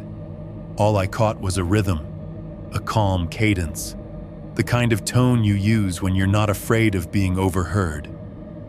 My heart hammered. I took one step, then another, moving toward our tent, trying not to break into a run that would wake Emma with panic. Halfway there, I glanced toward the center of the clearing. The solo tent was still there, a dark shape against fog. But the zipper line where it had been open only a few inches earlier was now gaping, wide open. The entrance flap hung loose, wet and heavy like a tongue. The blackness inside looked deeper than it should have. Not just dark, but empty in a way that felt hungry, like a mouth held open too long. I stopped without meaning to. Rain struck my hood. My breath caught. The voices were still there, low and calm, drifting without location. And that tent, open wide, now looked like something had just climbed out. or like something was waiting for me to look inside. For a second, the fog shifted, and the darkness at the tent's opening seemed to thicken as if it had depth, as if it wasn't just space, but something that could hold a person. I forced myself to move again toward our tent, every nerve screaming to get back inside. But as I walked, my eyes kept flicking to that open black mouth in the middle of the clearing. Because in the rain-loud quiet, with voices floating through fog like they belonged to no one, the center tent didn't look like shelter anymore. It looked like proof. Chapter 3.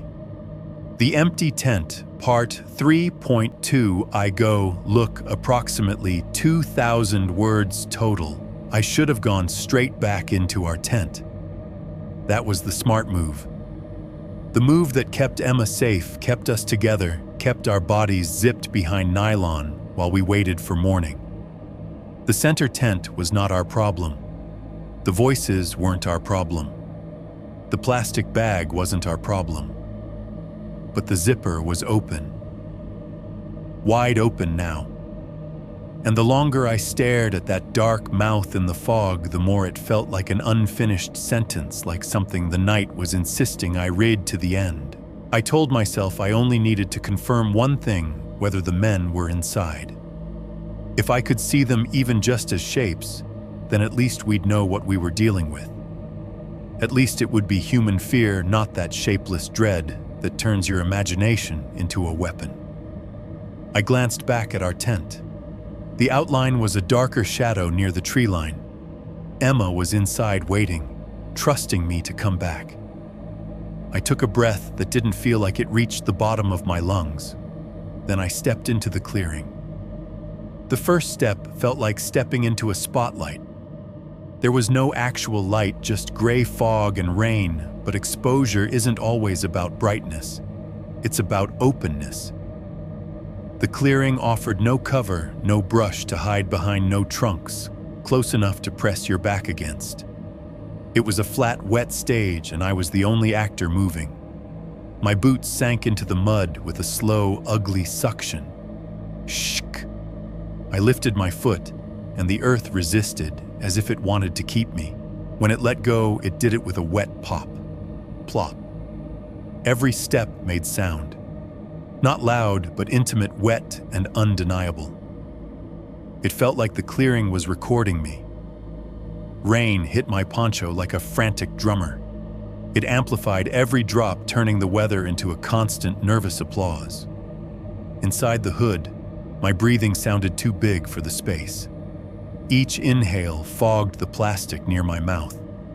I tried to keep my pace steady, but my body wanted to hurry. It wanted to run and glance and run back.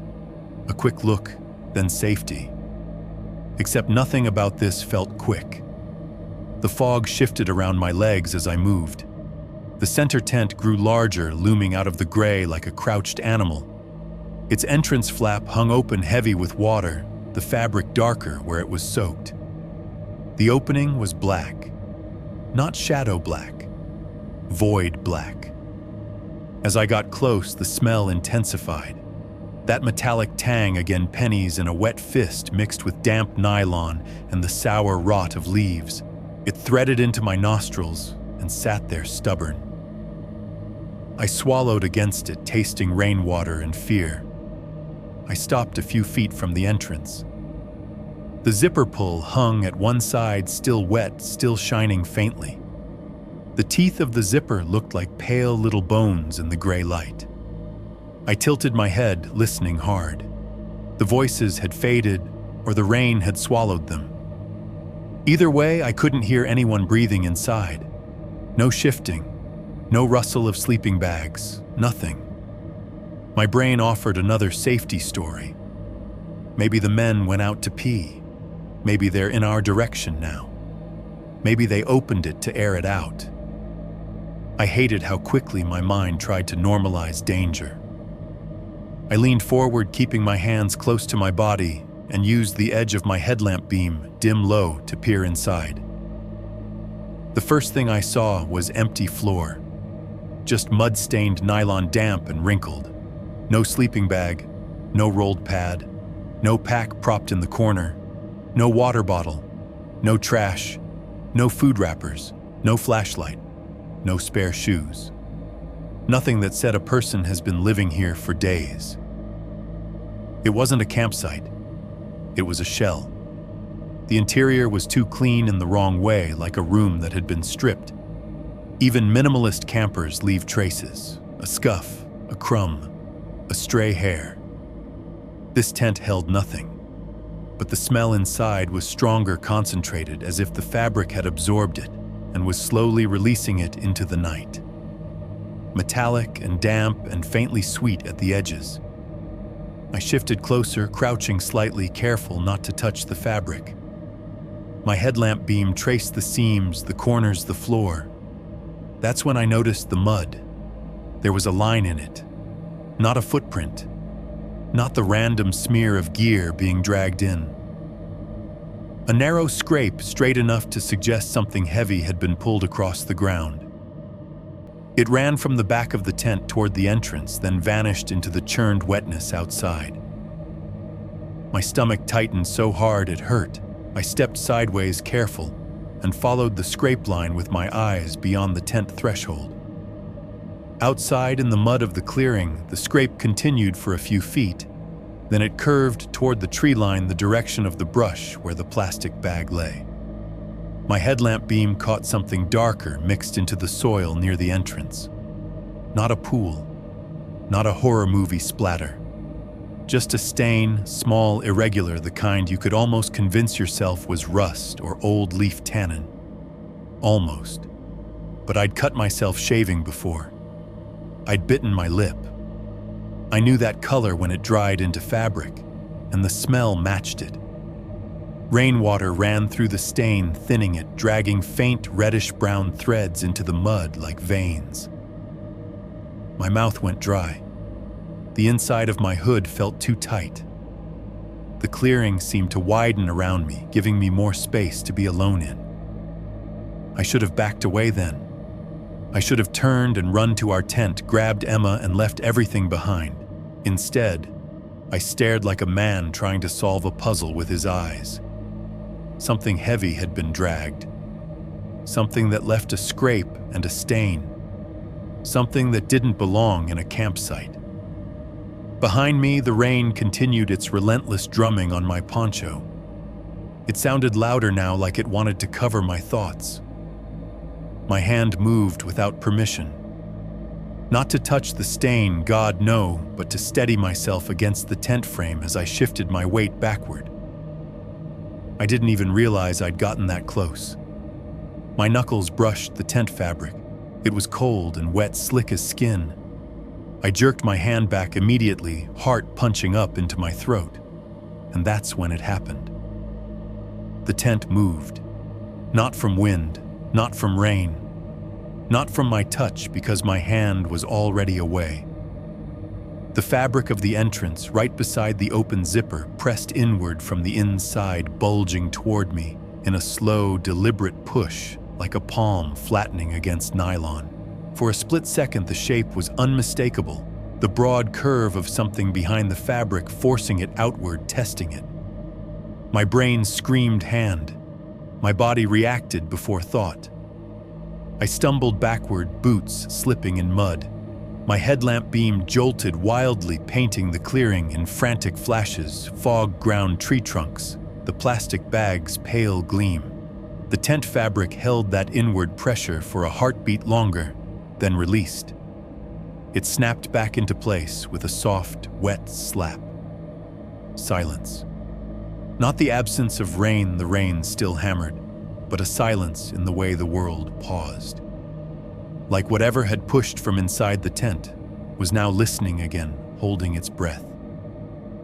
I stood frozen, breathing hard, headlamp beam trembling as it landed back on the tent opening.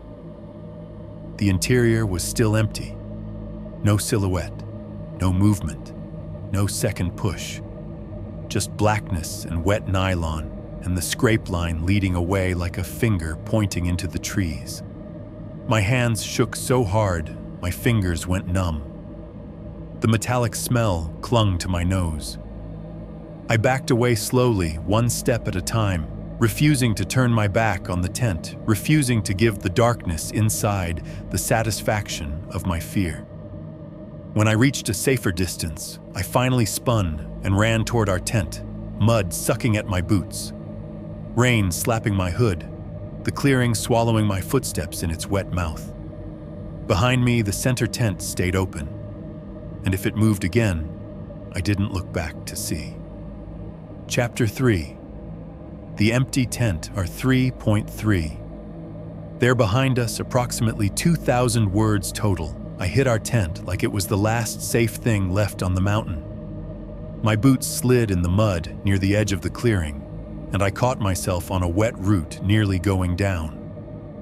The poncho flapped and snapped around my legs as I stumbled the last few feet, hands fumbling for the zipper pull with a desperation that made me clumsy.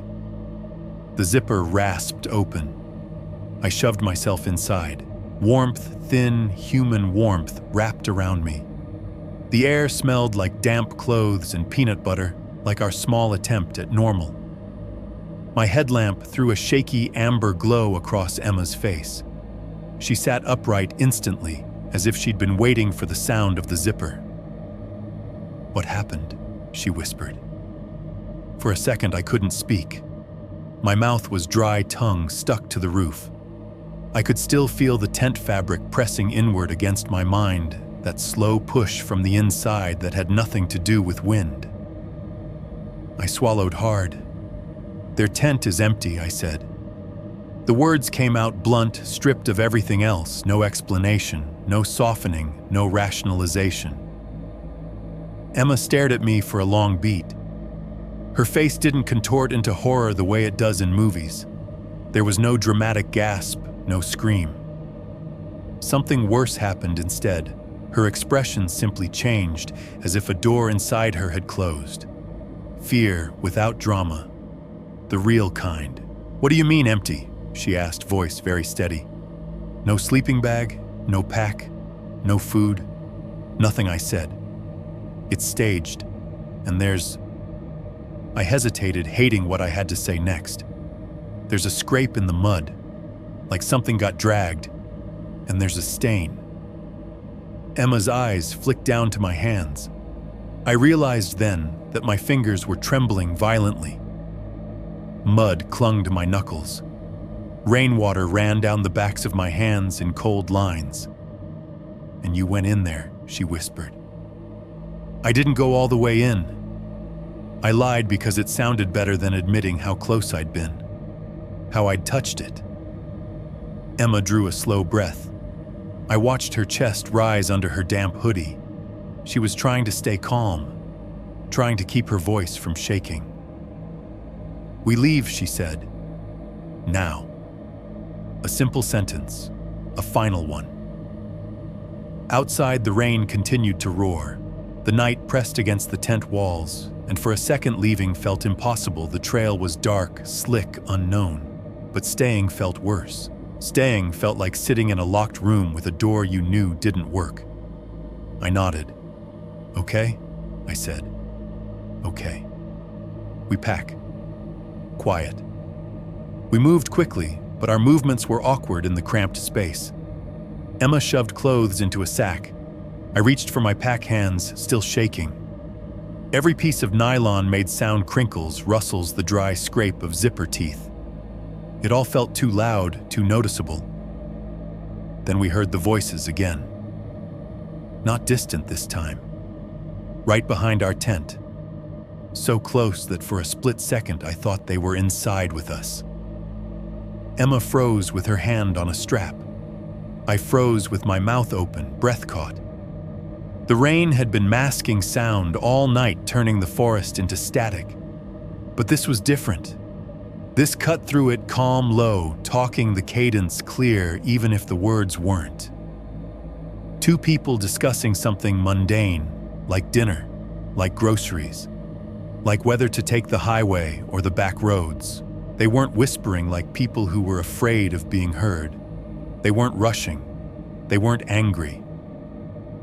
It was the kind of conversation you'd have in your kitchen while the stove warmed up. Emma's eyes locked onto mine, wide and shining in the headlamp glow. "They're here," she mouthed. I nodded slowly because sudden movement felt like surrender. The voices drifted in and out, muffled slightly by rain and tent fabric, but still unmistakably close. I could hear the shape of syllables, the low rise and fall of tones. I could hear a brief chuckle, soft, contained like someone amused by a private joke. My stomach rolled. I kept expecting a hand to press into the tent wall again, a fingertip to trace the fabric, a zipper to move. Instead, there was just that calm talking right on the other side of nylon. Like we weren't people to them. Like we were objects they were standing near. Emma leaned toward me, lips barely moving. "Don't open it," she whispered. I almost agreed. But the memory of that tent fabric pressing inward came back sharp as pain. The scrape line in the mud, the stain, the open mouth of the center tent. If those men were outside our tent right now, they weren't campers. They weren't weird locals. They were something else. And if we stayed zipped in, we'd be waiting for them to decide what to do next. I reached into the side pocket of my pack and wrapped my hand around the small pocket knife I'd brought out of habit. The blade was short. The grip was cheap plastic. It suddenly felt laughable, like bringing a toothpick to a gunfight. Emma saw it and flinched, not at the knife, but at what it meant that I was thinking about stepping outside. The voices paused briefly, as if they sensed our shift in posture. Silence filled the tent for a half-second, thick and hot despite the cold. Then right behind us, a new sound, soft and intimate like wet denim brushing against the tent wall. Emma made a small, involuntary noise in her throat. I moved. I crawled forward to the zipper, keeping my knife low, my headlamp angled downward so it wouldn't shine like a beacon. My fingers found the zipper pull. The metal was cold. I took a breath, then another, and unzipped. The teeth rasped open with a sound that felt like tearing skin. Cold air rushed in. Rain smell, mud, that faint metallic tang. I pushed the flap aside and stepped out. The clearing hit me all at once, fog, rain, wet ground, shining in my headlamp beam. The world looked flatter out here, stripped down to gray and black. The center tent sat in the middle like a lump of swallowed darkness. And there they were. Two men a few feet from our tent. They weren't kneeling this time. They were standing. Still. Completely motionless, like the rain couldn't touch them. My headlamp beam caught their faces and made their eyes look pale and reflective for an instant. Their expressions were blank now. No friendly smiles, no warmth. Just skin held in a neutral set, as if emotion was something they could put on and take off like a jacket. The first man's hands hung at his sides. His fingers were slightly curled, relaxed. Under his nails, the dark grime was more visible in the harsh light. Not just soil, something thicker packed in. His knuckles held faint red-brown smears that looked too deliberate to be sap. The second man's t-shirt clung to his torso, soaked through, and at the cuff of his sleeve was a rust-brown streak, darker than wet dirt, dried at the edges like an old stain reawakened by rain. He didn't blink. He didn't shift his weight. He stood like a post. The rain ran down their faces in thin lines. They didn't wipe it away. Behind me, Emma let out a shaky breath from inside the tent. I could feel her presence like heat at my back, like she was pressed against the zipper, trying not to make noise. The men stared at me, not at the knife, not at the headlamp, not at my face exactly, at my position, like they were calculating, like they were waiting for a cue I didn't know existed. I opened my mouth to speak, to say something human, something that might reset the situation into normal reality. No words came out. The first man took a single step forward. No squelch of mud, no wet suction. He moved with a silence that made my blood run cold, like the ground refused to acknowledge his weight. He stopped again, perfectly still. That was the moment my body made the decision before my mind could. They weren't here to talk. They were here to see if I would freeze. I turned sharply toward the tent and shouted, voice breaking with urgency, "Emma, run!" She didn't hesitate. The zipper behind me tore open, fast, loud, desperate. She spilled out into the rain, headlamp swinging wildly, and bolted toward the trail entrance at the edge of the clearing. I followed, knife forgotten in my fist legs, moving on pure instinct. Mud grabbed at my boots. Rain slapped my hood. My headlamp beam bounced and skittered across the ground. We reached the edge of the clearing, the green tunnel of the trail yawning in front of us like a throat. I glanced back once, just once, because some part of me needed to know if they were chasing. The two men were still there, standing exactly where they'd been. Not running, not yelling, not lunging, just watching. And beside the center tent, half lost in fog and rain, I saw it. A third silhouette, taller than the others, thinner, standing near the open mouth of the solo tent like it belonged there. Like it had been waiting longer, watching longer, planning longer. It didn't move. It didn't need to. Because the sight of it, the calmness of it, hit me harder than any chase would have. I snapped my head forward and ran after Emma into the trees. Behind us, the clearing stayed quiet except for rain. No footsteps pounding after us. No shouted threats. Nothing that would make sense. Just the sound of a zipper somewhere in the fog, faint and slow, like the night was closing itself back up. Chapter 4, Down the Mountain, Part 4.1. Full sprint, approximately 2,000 words total. The trail swallowed us the second we hit it. One step past the edge of the clearing, and the open space vanished behind a wall of wet leaves and dark trunks. The fog thickened under the canopy, turning our headlamp beams into short, trembling tunnels of light. The rain changed to less like falling water and more like a constant close hiss against everything living. It was everywhere at once, a sound that erased distance. Emma ran ahead of me, her poncho snapping violently with each stride. The thin plastic flapped like a broken wing. Mine whipped around my legs and caught on branches, tearing with sharp little rips that sounded too loud in the darkness. We sprinted blind, not the controlled kind of running you do on a paved trail, but the frantic kind, where your body is trying to outrun your own imagination. The path was slick mud and exposed roots. Every step was a gamble. Our headlamps bounced wildly, painting the woods in jolting snapshots. Wet bark, white fog, fern fronds, trembling the sudden gleam of a puddle. I couldn't hear anything behind us. No pursuit, no crashing through brush, no voices calling out. That absence should have been comforting. It wasn't. Because my mind kept whispering the same thought, they don't need to run. Emma slipped hard on a root slick as soap. Her feet shot out and she went down on one knee with a sharp gasp. For a split second, she disappeared into the fog-lit darkness, and my heart lurched, as if she'd been yanked away. I grabbed the strap of her pack and hauled her up so fast my shoulder burned.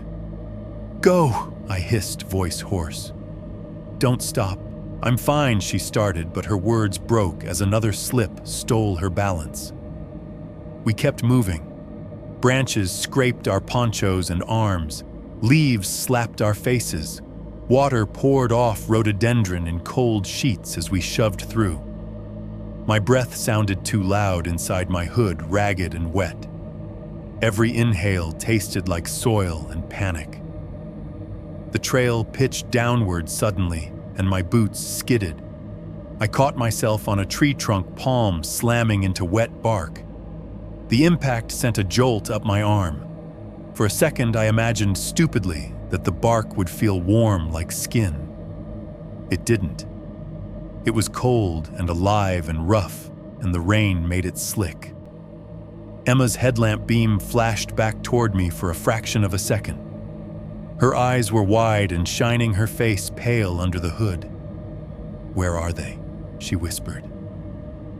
"I don't know," I said, and hated the truth of it. Because I didn't know where they were, and I didn't know if not knowing was the worst part. We ran for what felt like forever, but couldn't have been more than 10 minutes. Time in fear doesn't behave like time in safety. Each second stretches, each breath becomes a measure. Then Emma grabbed my arm abruptly and yanked me toward the side of the trail. "Wait!" she mouthed, eyes frantic.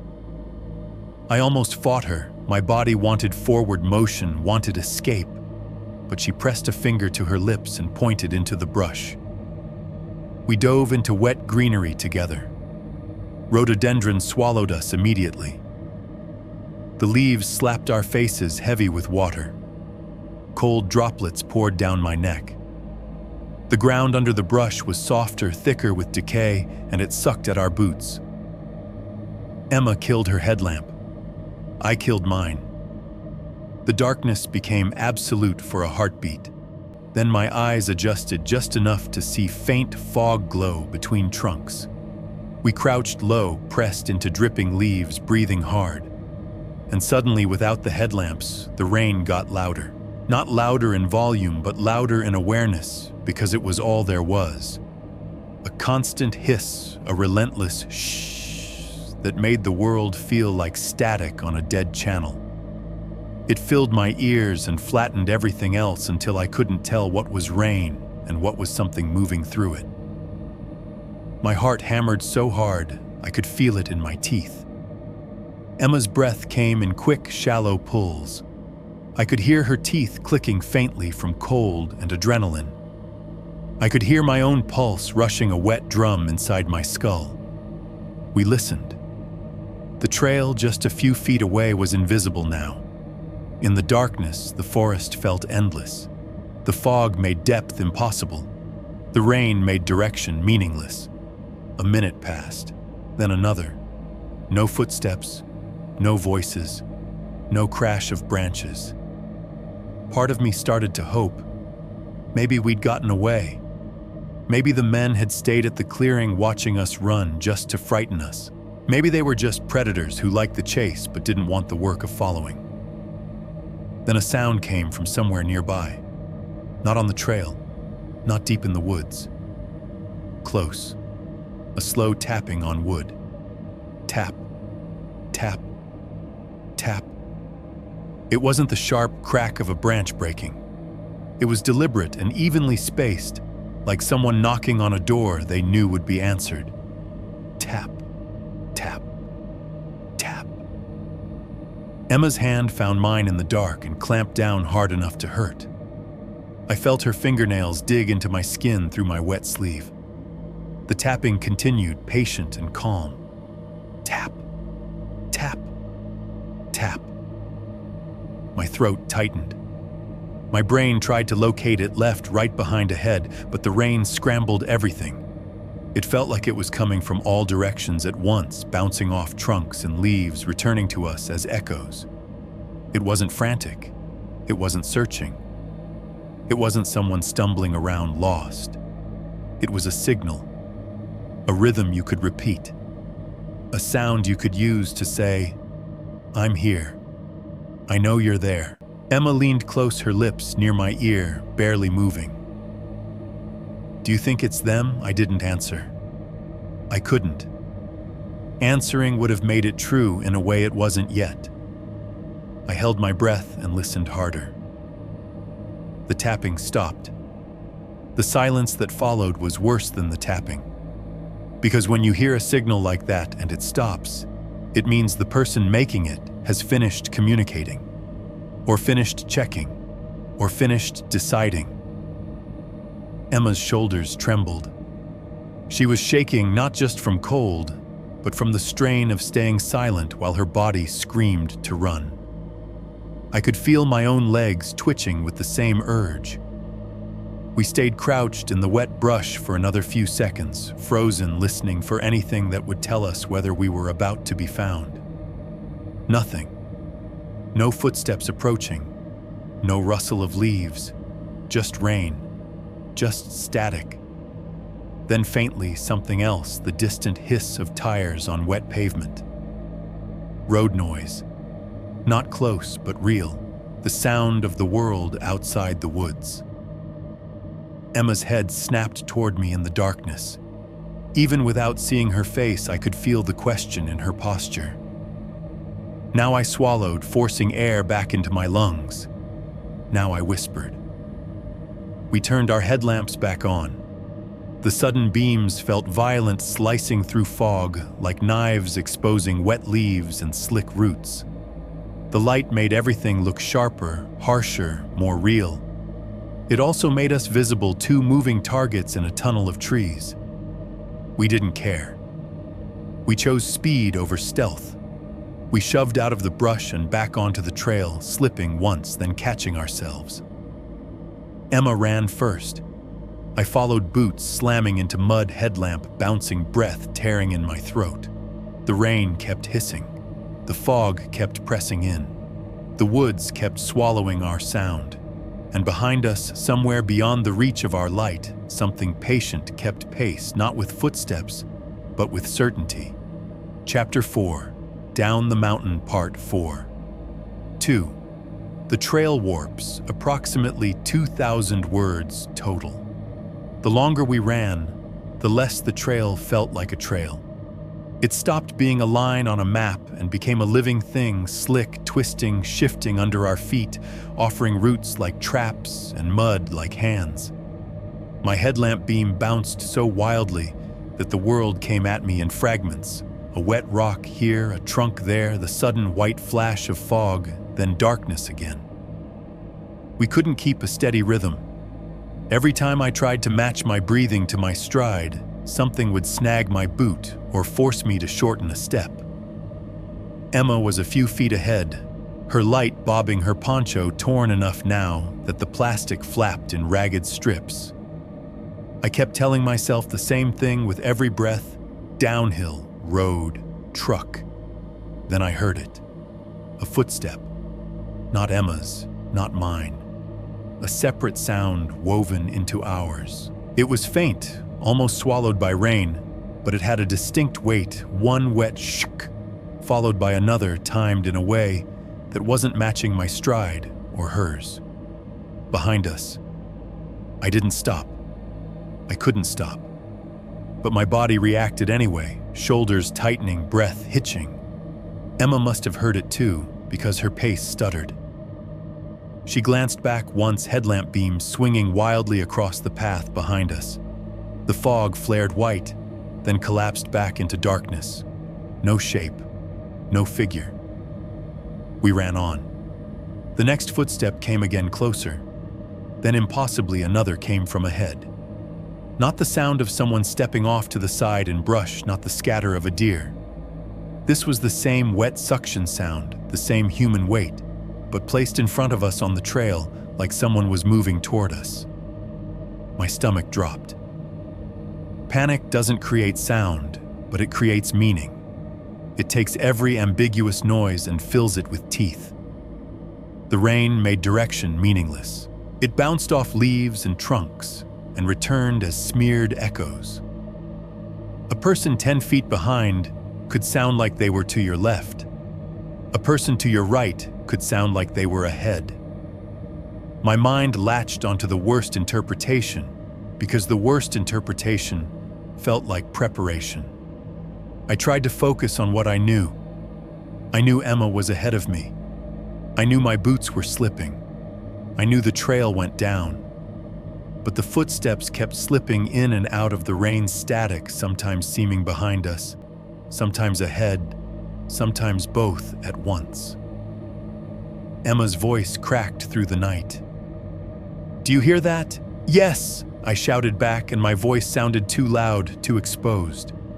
We ran faster. The fog thickened, the canopy tightened, the trail narrowed, forcing us into single file, My pack bounced on my shoulders like a weight trying to throw me off balance.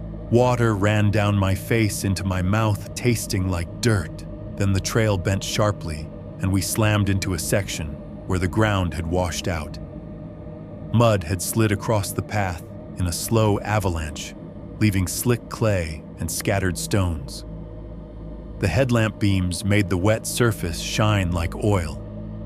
Emma skidded, her arms windmilled. For one terrible second, she was going to go down the slope. I lunged and grabbed her hoodie, yanking her back onto the path. Her breath came out in a harsh sob. "We're almost there," I lied, because lies were the only thing I had that sounded like hope. We pushed on. The footsteps didn't get louder. They didn't get quieter. They stayed present like a shadow you can't turn away from. And then the trail split. It wasn't supposed to. I knew the trail was a straight shot, short, simple, one route in and one route out. That was part of why we'd chosen it. But now in the fog and rain, the path in front of us branched into two, dividing around a cluster of rocks and rejoining somewhere unseen. A fork. At the center of it stood a broken wooden signpost, snapped halfway up its face, washed pale by weather. Whatever paint had once been there was smeared into nothing. Rain ran down it in thin sheets like tears. Emma stopped so abruptly, I almost collided with her. "What the hell?" she gasped. Her headlamp beam jittered across the broken sign, then down each path. One route looked slightly wider, more packed. The other dipped into thicker brush, darker, narrower. "This isn't right," Emma said, voice sharp with certainty. "This wasn't on the way in." "I know," I said, because I did. I remembered the trail as one continuous line. I remembered the feeling of it swallowing us, but not this. Emma's eyes darted around the trees. "We're off the main trail." "We have to be." "We didn't turn," I said. "But maybe we had. In the fog and panic, maybe we'd missed a bend. Maybe the forest had guided us without us realizing. Or maybe the trail had always been capable of splitting, always had a hidden choice, and we'd never noticed, because nobody points out traps in 5-star reviews." The rain hissed. The footsteps sound was gone for the moment, replaced by the roaring hush. The pause felt like the held breath after a punch. Emma's jaw clenched. "Left," she said quickly. "That looks more used." I opened my mouth to agree, and then my headlamp caught something at shoulder height off the right path. 2 points of bright reflection. Eyes. The moment my brain saw them, my body reacted like it had been slapped. A surge of adrenaline flooded my limbs. My hand tightened around my useless pocket knife. I felt Emma's breath hitch beside me. The eyes didn't blink. They held steady in the beam, bright and perfect, too evenly spaced. I swung my headlamp slightly to get a clearer look. The reflection shifted, not like living eyes tracking movement, but like something metallic rotating in rain. It wasn't a person. It wasn't an animal. It was a strip of reflective plastic tied to a branch with twine hanging at about human shoulder height. The kind of material you'd see on a roadside marker or a cheap safety vest. It glinted in the light, 2 bright circles where the plastic had folded. A lure, placed deliberately. My stomach turned cold. Emma made a small broken sound. Why would that be there? I didn't answer, because the answer was obvious and ugly, so someone running in the dark would see it and think eyes. So they would freeze. So they would waste a second. So they would look where they were meant to look. My headlamp beam slid past the reflective strip and caught another piece farther down the right path, another glint lower this time, then another deeper in fog. A breadcrumb trail of false eyes. The air in my chest turned to ice. This is wrong," Emma whispered. The forest felt closer. The trees felt like witnesses. The fog felt like a hand over the mouth of the world. I forced myself to move to decide, because standing at a fork was how people died in horror stories. Not from monsters, just from hesitation. "Forget the map," I said, voice rough. "Forget right. We're done trying to be correct." Emma stared at me, fear and disbelief tangling in her expression.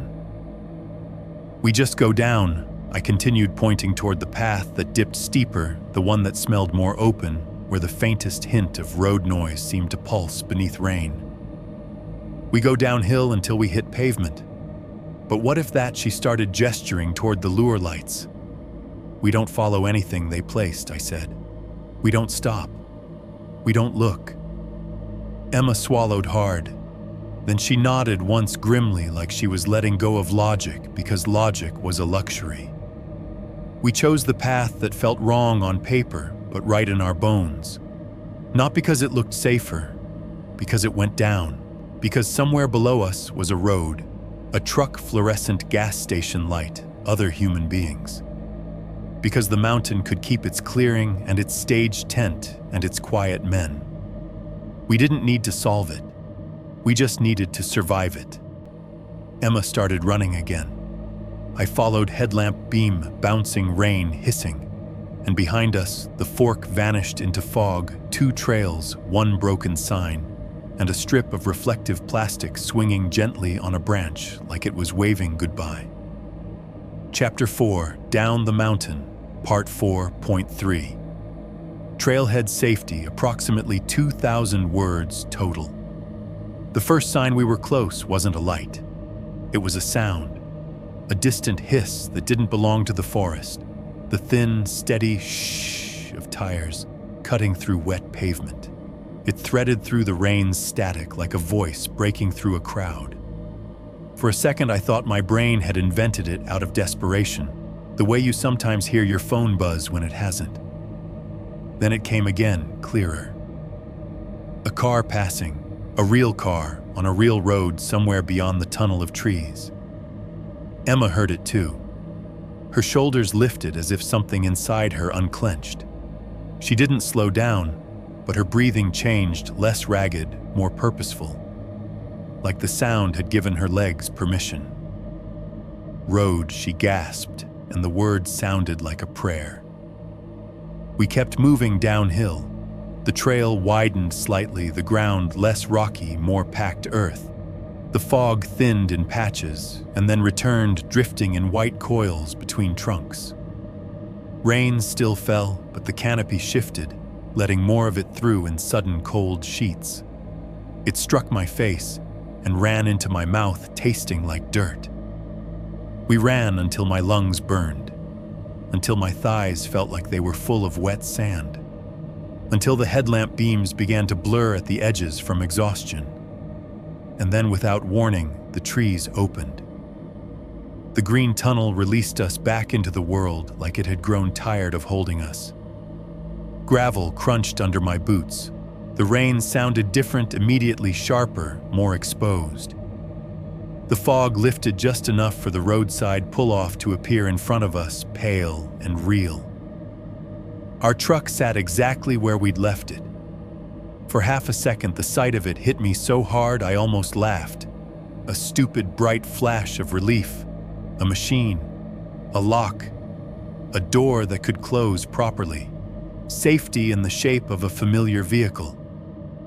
Emma stumbled toward it, reaching for the passenger side like she could climb in and vanish. Then I saw the sedan. It was still there too, parked along the roadside, its paint glossy with rain. It looked untouched by time, as if the last hours in the woods hadn't happened at all. And the passenger door was open again. The same precise crack. Not wide, not swinging loose. Just enough to break the seal. Just enough to let the interior breathe. Just enough to show that someone had been there.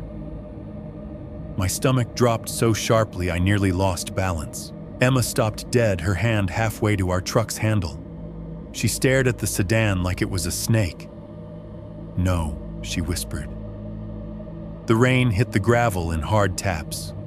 Fog drifted over the road in thin sheets. The world around us felt too normal, too indifferent to contain what we'd just run from. But the door was open. Again. That meant someone had returned to it after we left. Or someone had never left it. A car passed on the road, headlights cutting through mist tires hissing. It slowed slightly as it approached the pull-off, as if the driver was curious, then sped up again and disappeared. The sound faded quickly, swallowed by the curve. The moment it was gone, the pull-off felt isolated again, like the road noise had only been a tease. Emma grabbed my sleeve. Her fingers were numb and shaking. "Get in," she said, voice sharp. "Get in now." I moved toward the driver's side of our truck, but my eyes stayed on the sedan locked on that open door like it was an accusation. A part of me, stupid, stubborn, felt anger rising under the fear. It wasn't just that it was open. It was that it felt deliberate. Like someone was playing a game with rules only they understood, and the door was how they marked the board. I stepped closer to the sedan without deciding to. My boots sank slightly into the wet gravel. Rain ran down my face. The open door gap looked darker now, like a slit in something living. Emma hissed my name, desperate. "Don't." I ignored her, which is something I hate admitting now. But in that moment, adrenaline makes you do strange things. It turns you reckless. It makes you believe you can control a situation if you just do one firm, decisive action, like closing a door. I reached out and grabbed the edge of the sedan's passenger door. The metal was ice cold. Water slicked my palm immediately. And that metallic smell, Penny's wet iron, was stronger here than it had been this morning, threaded through the air like a warning. I didn't hesitate. I shoved the door shut hard, not gently, not politely. Hard enough that my shoulder jolted and pain shot through my wrist. The sound cracked through the rain, metal on metal, a sharp slam that echoed off the trees. For half a second, the slam felt satisfying, like punctuation, like I'd ended something. Then came the second sound, the one that chilled me more than the slam ever could. A soft, subtle settling, the rubber seals compressing, the quiet whump of the door fitting into place. It sounded content, like it had been waiting to close that way. My hand throbbed. I stared at the sedan, breathing hard, rain dripping from my chin. Nothing happened. No click from inside this time. No flicker of interior light. No movement. Just a closed door and wet gravel. Emma grabbed my jacket and yanked me back toward our truck. "Are you insane?" she hissed. Her eyes were wild. "Get in." We threw ourselves into the truck like it was a lifeboat. Emma slammed her door. I slammed mine. The cab sealed us in with a familiar, heavy hush that almost made me cry. My hands fumbled the keys. They shook so badly, I missed the ignition the first time. Emma's breath came in rapid bursts beside me, fogging the glass. "Go," she said, voice breaking. "Go, go." I jammed the key in, twisted. The engine turned over with a rough cough, then caught. The truck rumbled alive beneath us. Heat blasted from the vents, lukewarm at first, then warmer. I threw it into reverse. Gravel sprayed under the tires. We backed out hard, the truck fishtailing slightly on wet stones. As I swung the wheel and pulled onto the road, my headlights swept the tree line on the far side of the pull-off. And that's when I saw them. Two dark figures standing just inside the trees. Not on the trail, not moving toward us. Just there, shapes between trunks, bodies partially hidden by fog watching. They didn't wave. They didn't step forward. They didn't run after us. They stood still, the same unnatural stillness they'd shown beside our tent, as if motion was optional. As if they had nowhere else to be. My stomach turned to ice. Emma saw them too. She let out a small sound, half sob, half gasp, and ducked instinctively, as if lowering her head could make them forget we existed. I hit the accelerator. The truck surged forward. Rain streaked across the windshield. The wipers thumped furiously, smearing fog and water into shimmering bands. The pull-off vanished behind us, swallowed by the curve and the trees. But even as we drove, a terrible understanding settled into me, slow, heavy, undeniable. They hadn't chased us down the mountain. They hadn't needed to. They knew where the trail ended. They knew the only way out was the road. And they'd been waiting at the exit like it was part of the plan.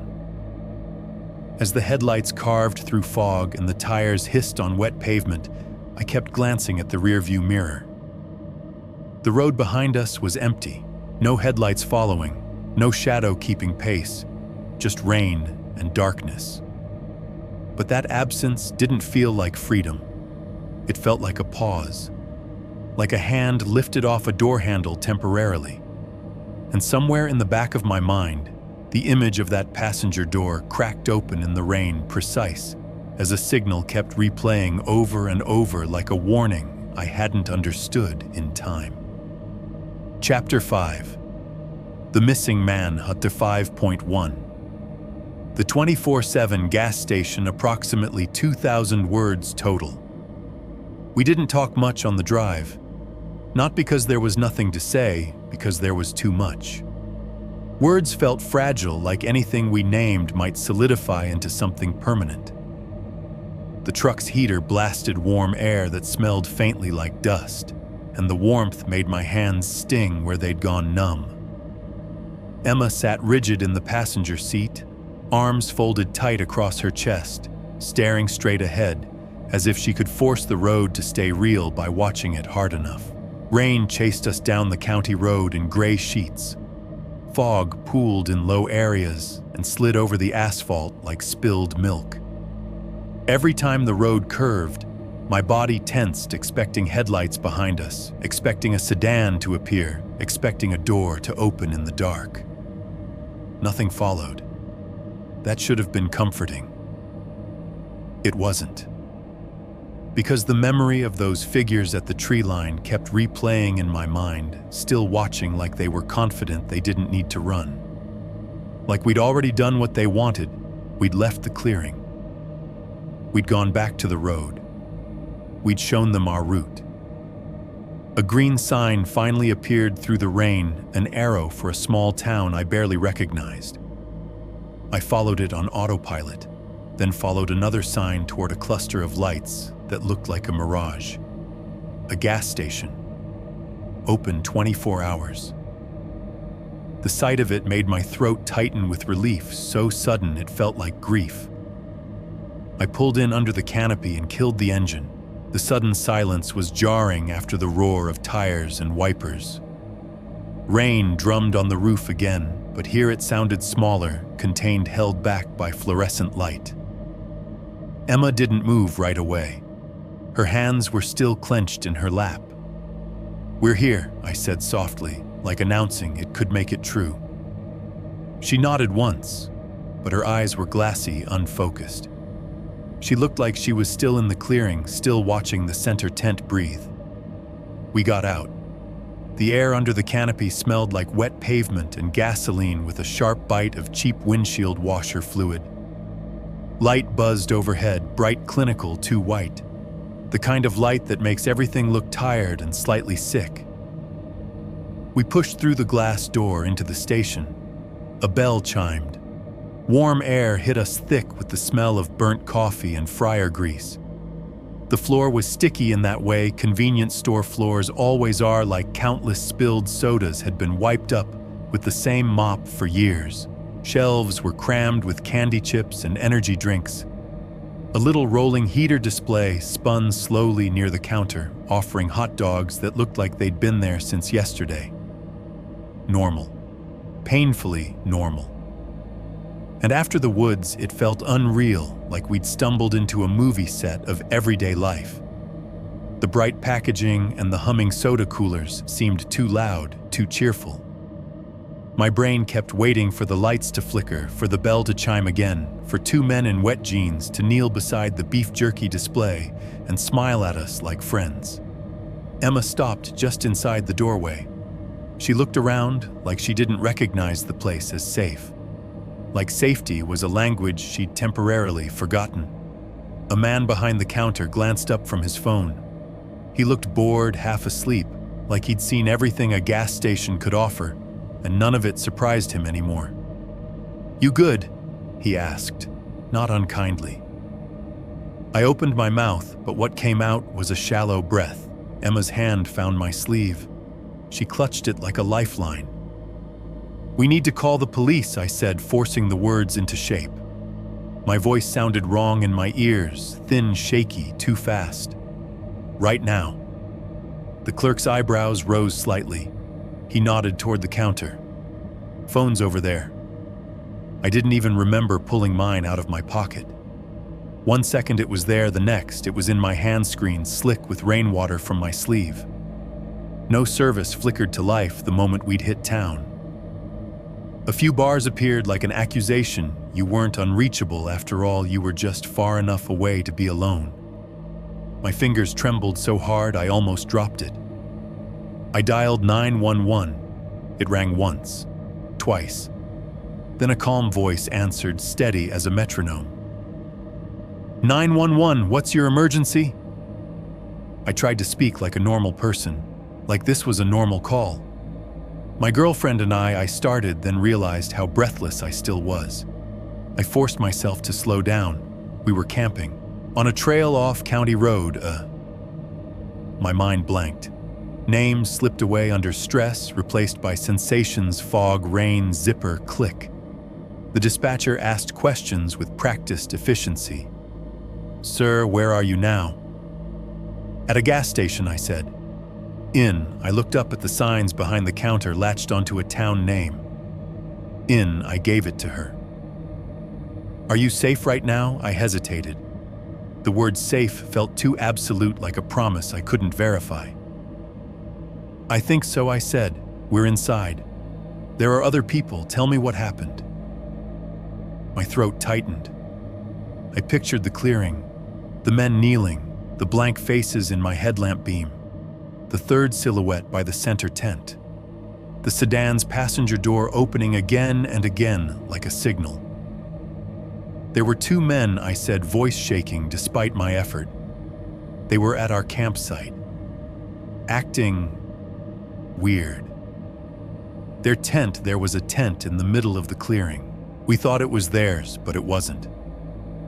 I stopped because I realized I was rambling. The dispatcher stayed calm. "Were you threatened? Did they display a weapon?" "No," I said, then corrected myself. "Not exactly, but they were there. They were watching us. They were right outside our tent. My voice cracked. I swallowed hard. They didn't chase us, they just stood there." "What's the location of the trail?" I gave the best description I could. "County road, roadside, pull off, approximate distance from town," whatever I remembered about the faded trail marker. The words felt flimsy, like describing a nightmare to someone who was wide awake. The dispatcher asked for descriptions: height, clothing, hair, anything. I gave what I could: jeans, thin shirts, pale faces, no gear. I left out the grime under their nails and the rust-brown smear because it sounded too dramatic, too much like fiction. I wanted to be believed. Emma stood beside me the whole time, silent. She'd pulled her hood down, but her hair clung to her face in wet strands. Her eyes were fixed on the station door. Every time the bell chimed as someone entered or exited, her body flinched. The dispatcher finished with a final question that hit me harder than I expected. "Is anyone injured?" I thought about the scrape line in the mud, the stain, the open mouth of the center tent, the metallic smell that clung to my nose like a memory. "No," I said. "We're not injured." A pause. Then "Units are on the way." When I hung up, my hand felt numb. I stared at the phone screen like I didn't recognize it. We waited. Time in a gas station doesn't behave like time anywhere else. It stretches around the hum of refrigerators and the buzz of lights. A country song played quietly from a ceiling speaker, tinny and out of place. Someone laughed near the coffee station. The normalcy scraped at my nerves. The bell chimed again. A man in a baseball cap walked in shaking rain off his jacket. Emma jerked so hard, she nearly stepped backward. I put a hand on her shoulder and felt her tense beneath my palm like a startled animal. Then we heard the sirens. Faint at first, then closer, 2 sets approaching fast. A police cruiser pulled up under the canopy. Then another. Water sprayed from their tires. Red and blue lights flashed against rain and wet pavement, turning the world into a strobing mess of color. 2 deputies stepped inside, rain dripping from their hats. They looked tired, skeptical in the way people look when they've been called somewhere for something that isn't clearly violent. But their eyes sharpened as soon as they saw Emma's face and the way her hands wouldn't stop shaking. Who called? One of them asked. I raised my hand like a student. Me. They separated us gently but firmly, standard procedure. One deputy spoke to me near the coolers. The other led Emma a few steps away toward the back wall. What happened? The deputy asked. I told it again, slower this time. The trailhead, the sedan, the door open, the men at our tent, the empty center tent, the standing figures at the tree line. I watched his face as I spoke, searching for signs of belief. His expression stayed neutral, but his eyes flicked briefly when I mentioned the passenger door. He asked for the trail location again. He wrote things down in a small notebook with a pen that scratched loudly on paper. You didn't see them touch you? No weapons, he asked. No, I said. But they were too close, and I struggled to explain the stillness, the calm. They felt like they were waiting. He nodded slowly, like he'd heard similar language before. Across the room, Emma tried to speak. Her voice barely carried. She sounded like she was talking through a throat full of water. I saw the deputy lean closer, patient, and I saw Emma shake her head, tears slipping down her cheeks without her wiping them away. The officer returned to me with a practical tone that felt like a slap. We'll go check the area, he said, when conditions allow. It's wet out there. Hard to track anything tonight. We'll take a look first thing. When conditions allow. First thing. The words landed slow and heavy. They were reasonable. They were procedure. They were what you say when you want someone to calm down. But all I heard was, not now. Not while it matters. I pictured the clearing again, the center tent open the plastic bag, shifting the scrape line leading into the trees. I pictured rain washing away footprints, washing away stains, washing away evidence with quiet patience. I forced myself to nod. Okay, I said, even though my chest felt tight with helpless anger. Emma looked at me across the station, her face pale under the fluorescent lights. The world around us kept humming and buzzing and selling candy bars like nothing had happened. And in that harsh, normal light, the fear didn't fade. It sharpened. Because deep down, I already knew something the deputies didn't, or maybe they did, but they wouldn't say it out loud. Whatever was in those woods didn't need perfect weather. It had time, and the rain was helping it. Chapter 5. The Missing Man, Part 5.2. The investigation, approximately 2,000 words total. We didn't go home that night. Not really. We went to our apartment, yes, drove there on autopilot, showered until the hot water ran lukewarm, changed into dry clothes. But the mountain came with us. It sat behind our eyes like an afterimage. Every time I closed mine, I saw the clearing again, fog like smoke, the center tent open like a mouth, 2 men standing still as fence posts. Emma tried to sleep. She lay on her side and stared at the wall, blinking slowly, as if she was counting her breaths. When she did drift off, it wasn't for long. She would jerk awake at the smallest noise, our refrigerator kicking on a car, passing outside the soft click of the hallway light switch when a neighbor came home. Once in the middle of the night, I unzipped my hoodie, and the zipper made that familiar rasp. Emma sat up so fast, she knocked her phone off the bed. Her eyes were wild pupils, huge in the dim room. "Don't," she whispered. My stomach tightened. "It's just, I know," she said, voice shaking. "I know. I just don't." So I stopped moving. I held my breath. I let the silence settle again. That was the first time I understood something ugly. Fear doesn't leave just because you're no longer in the place that caused it. It lingers. It rewires. It teaches your body a new language. Morning brought gray light and rain still streaking down the windows. I checked my phone like a ritual, half expecting updates from the deputies, half dreading them. Nothing. Emma made coffee but didn't drink it. She wrapped her hands around the mug for warmth and stared into it like she could read answers in the black surface. "I want to forget," she said quietly. I wanted to say me too. Instead, I said, "We can't." I didn't mean it harshly. I meant it like a fact. Like the mountain had given us a task we hadn't asked for. We went through the day in a fog. I called the station once, then again. Each time I got the same answer, an officer would contact me when they had information. Late afternoon, my phone finally rang. A number I didn't recognize. I answered too fast. "Hello." A woman's voice came through, steady, clipped with a seriousness that made my spine straighten immediately. "This is Officer Voss with the county," she said. "You're the one who called from the gas station last night." "Yes," I said, throat tight. "Yes. That's me." Her tone wasn't skeptical now. It wasn't the polite patience of someone dealing with a frightened tourist. It was sharper, focused. "I'm going to ask you a few questions," she said.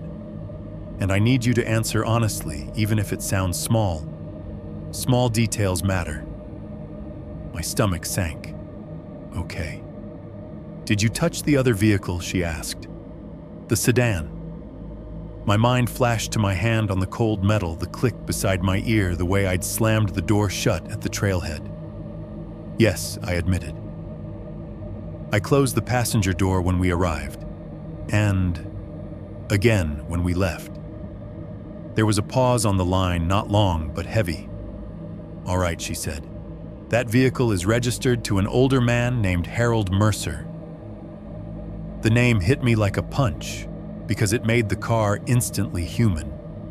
It stopped being the sedan and became someone's property, someone's routine, someone's life.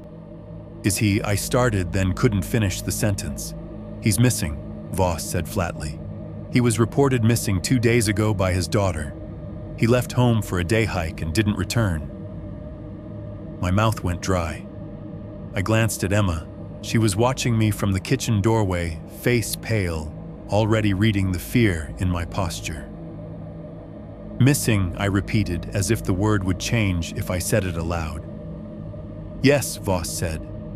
"We located the car last night after your call. It was still at the trailhead when we arrived. The passenger door was open when we found it." My skin prickled. I thought of that precise crack like a signal. What about his stuff?" I asked. "That's the problem," Voss replied. "There were no personal belongings in the car. No wallet, no phone, no keys, no backpack. Nothing you'd expect someone to take on a hike." My stomach churned. Could he have been robbed? "We don't know," she said, and her voice made it clear she didn't like not knowing. I swallowed. "And the tent," I said, because I couldn't stop myself. "The one in the clearing." Another pause, longer this time. "The center tent belongs to Mr. Mercer," Voss said. "We confirmed it." His daughter identified it from photographs. Same model, same patches on the fabric, same gear tags. Emma's hand flew to her mouth. I could see the way her shoulders lifted with a silent gasp. That tent was empty, I said, voice shaking now. There was nothing in it. I believe you, Voss said, and that simple phrase made my chest tighten with something close to relief. What did you find out there? I asked. We went up this morning when the rain eased enough, she said. It didn't ease much, but we went anyway. I could picture them moving through the woods in uniforms and boots, their radios crackling, their flashlights cutting through fog. I tried to imagine the clearing in daylight, tried to imagine it looking less like a stage. Voss continued, her words measured. We found disturbed soil in the clearing, she said. Areas that looked freshly turned, then partially washed by rain. We found drag marks leading away from the center tent toward the tree line. My heart hammered. I gripped the phone tighter, and shoe prints, she added. Several sets. Some partial, some full. The rain is ruining most of it, but there are impressions. No body, I said, not a question. No body, Voss confirmed. My stomach dropped anyway, as if I'd been hoping for the certainty of a terrible answer. No suspects, she continued. No witnesses besides you and your girlfriend. No trail cam footage. No cell pings because his phone is gone. Nothing that sticks. Her last words were quiet, almost frustrated. Nothing that sticks. I stared out at the rain on our window, watching it race down the glass in crooked streams. My mind flashed to the clearing again, to the scrape line in mud that had seemed too straight to be natural, too deliberate to be an accident. Officer, I said carefully, we saw two men. I know, she replied. The deputies wrote it down. I'm taking it seriously. I took a breath. They said they were staying in the tent. They lied, Voss said simply. Emma's voice came out thin behind me. Did you find a plastic bag? I covered the phone briefly. Emma wants to know if you found a plastic bag near the tent, I said. Voss exhaled softly. We found remnants of one, she said. Shredded cotton brush. Could have blown in, could have been used. Hard to say. My stomach twisted at the memory of it shifting. Voss paused again, then said, There's something else. Her tone changed lower, tighter, like she was choosing words carefully. You mentioned the passenger door, she said. How it was open, how you closed it, how it was open again when you returned from the trail. Yeah, I said. My voice sounded distant, like it belonged to someone else. We inspected the door mechanism, Voss said. The latch, the striker, the lock assembly. My skin prickled. I leaned forward without realizing it, and I asked. And there are signs it's been forced, she said. Not smashed, not obviously broken, but stressed, like someone has been manipulating it repeatedly. Pulling it, bending it, resetting it. I felt a slow cold spread through my chest. Resetting, I repeated. Yes, Voss said, as if someone wanted it to behave a certain way. Wanted it to stay slightly open without looking damaged. Wanted it to be inviting. Inviting. The word made my stomach turn. I thought of the door cracked open like a mouth. I thought of my hand on the cold metal. I thought of the click beside my ear, too precise, too close. Why would someone do that? I asked. Though I already knew the answer, my body had been screaming since last night. Voss didn't answer directly. She didn't say bait or trap. She didn't say lure. Instead, she said, I need you to tell me everything you remember about the men. Every detail. Their height, their voices, their hands. Anything they said that felt off. I closed my eyes and saw them kneeling by our tent again, smiling like friendly locals, their faces too calm for the weather. Emma's voice trembled. Are we In danger, I didn't know how to answer that. Not with certainty. Officer Voss's voice came through the phone, steady but grim. "I can't promise you you're not," she said. "But I can tell you this: don't go back. Don't post about it online.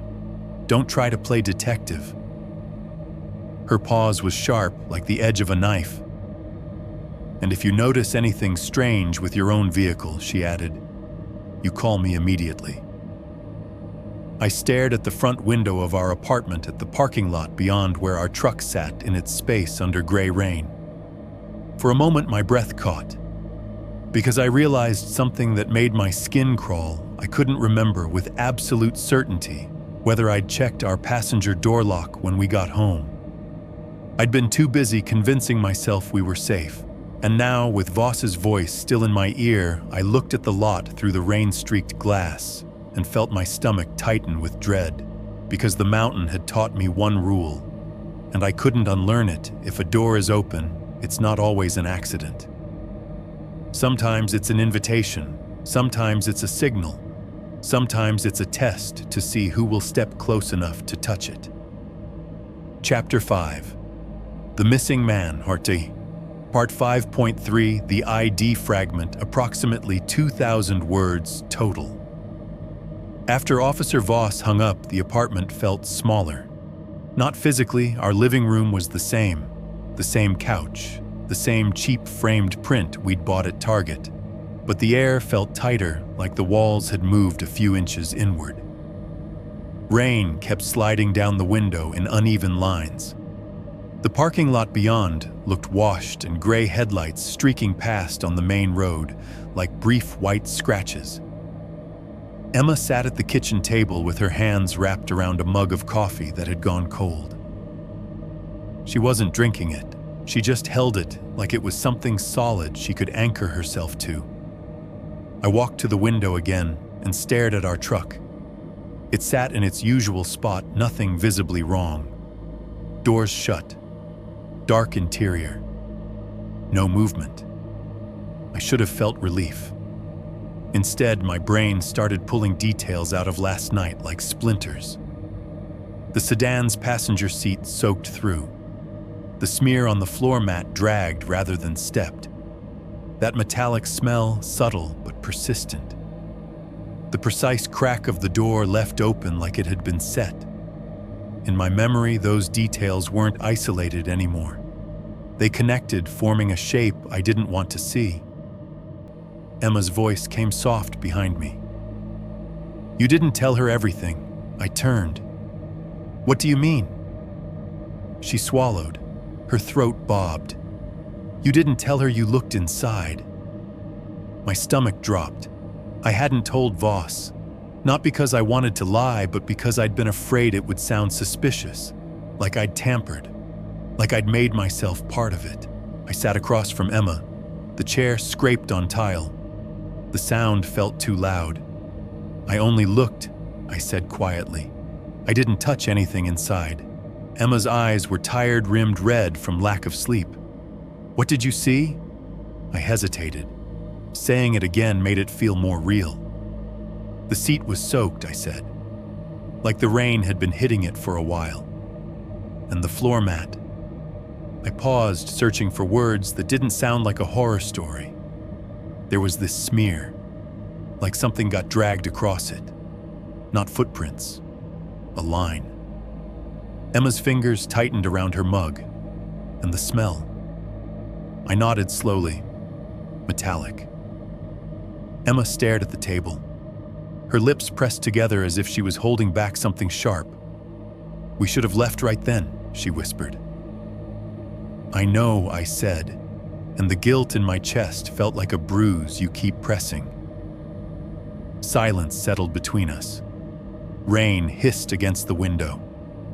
Somewhere in the building, a neighbor's door shut with a distant thunk. My shoulders tightened automatically. Emma finally set the mug down. The ceramic clinked against the table. "We need to tell her," she said. "We need to tell Voss everything."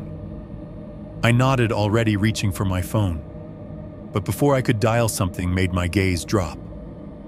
My boots. They were still by the door, damp and muddy. I'd taken my jacket off and showered, but I'd left the boots where they were last night, too exhausted to deal with them. Mud had dried into dark crust along the soles, cracking slightly as it hardened. A small, irrational urge rose in me, check them, as if the boots might contain proof that last night had happened. I stood and picked one up. It was heavier than it should have been, weighed down by wet grit. I turned it over and studied the tread pattern, the mud packed into the grooves. Something pale caught the light. At first I thought it was a pebble. Then I saw the edge, a thin shard of plastic, translucent and sharp, wedged into the tread like a sliver of ice. It glinted faintly, almost invisible against the dark mud. My mouth went dry. I used my fingernail to pry it free. The shard resisted, stuck by dried grit. When it finally came loose, it snapped free with a tiny pop and landed in my palm. It wasn't a pebble. It was plastic laminate, the kind used for IDs. I stared at it, heart thudding. Emma's chair scraped behind me. "What is that?" "I don't know," I said, voice barely above a whisper. I rinsed it under the sink, rubbing gently with my thumb. Mud swirled away in brown threads, revealing more of the shard beneath. As the surface cleared, faint ink appeared, black letters, partial and crooked, where the laminate had broken. I held it under the kitchen light. A strip of a photograph was visible too, just a sliver of a face, a pale cheek, the corner of an eye. Emma stepped closer, her breath catching. I turned the shard, carefully angling it until the letters became readable. Old Mer. My stomach dropped. I rinsed it again more carefully until the remaining mud softened and slid away. The letters sharpened. Harold Mercer. The name sat on the plastic like a verdict. For a second, the kitchen felt too bright, too clean, too wrong for what I was holding. My fingers tingled. I couldn't tell if it was cold or adrenaline. Emma's hand rose to her mouth. "No," she breathed. "I don't understand," I said. My voice sounded distant in my own ears. How did this get on my boot?" We replayed the night in our minds without speaking. The trailhead, the sedan, the clearing, the center tent open like a mouth, the mud patch with the third set of footprints, the scrape line leading away. Had the shard been in the mud near the sedan? Had it been near the center tent? Had it been in the dirt where the plastic bag lay? I didn't remember stepping on anything sharp. I didn't remember seeing anything pale in the mud. But memory is unreliable in fear. It records the big shapes, not the small shards. Emma's voice trembled. "You brought it home." It wasn't an accusation. It was horror. I stared at the shard in my palm, the partial photo, the broken letters. It felt like evidence. It also felt like a message. A piece of a missing man, carried out of the woods in the tread of my boot like a souvenir I never wanted. I picked up my phone and called Officer Voss immediately. When she answered, I didn't bother with greetings. "I found something," I said. "What did you find?" Her voice sharpened instantly. "A piece of an ID," I replied, "in my boot tread. It has the name Harold Mercer on it." Silence on the line, short, controlled. I could hear her breathing. "Don't touch it anymore," she said. "Put it in a bag. Clean zip bag if you have one. Don't wipe it. Don't rinse it further." I already rinsed it, I admitted, shame flooding me. "Okay," she said, tone tight but not angry. "Bag it. I'm sending someone to pick it up." Emma watched me with wide eyes, arms wrapped around herself like she was cold. When I hung up, the apartment felt even smaller than before. The shard sat sealed in a plastic bag on the kitchen counter, tiny and harmless looking, like a broken piece of a library card.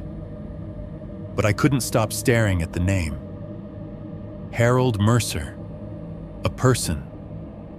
A missing man with a daughter who'd called the police hoping for answers. A person who'd parked his sedan at that pull-off and left his passenger door open, or had it left open for him. A person whose tent had been planted in the middle of a clearing like a marker. Emma sank back into her chair, staring at the bag. "He was there," she whispered. "He was there." I didn't correct her. I couldn't. My mouth tasted like pennies. That night, neither of us wanted to sleep, but we did anyway, because the body always eventually claims what it needs. Emma fell into shallow, broken naps on the couch. I sat in the dark living room with the TV off, lights low, listening to the rain. Hours dragged by. The building settled around us, pipes ticking, distant footsteps in the hallway, a neighbor's TV murmuring through the wall. Sometime after midnight, the rain eased for a few minutes, thinning into a lighter patter. The sudden quiet made my skin crawl. I stood and went to the window, peering down at the parking lot. The asphalt shone under the streetlights, wet and empty. Our truck sat in its spot, dark and still. For a moment, everything looked normal. Then faintly, so faint I wondered if I'd imagined it, I heard a sound from outside. A sharp, precise click. The kind of click you hear when a car door lock toggles. My breath caught. I stood perfectly still, eyes searching the lot. Rain began again, light at first, then steadier. Streetlight reflections jittered on wet pavement.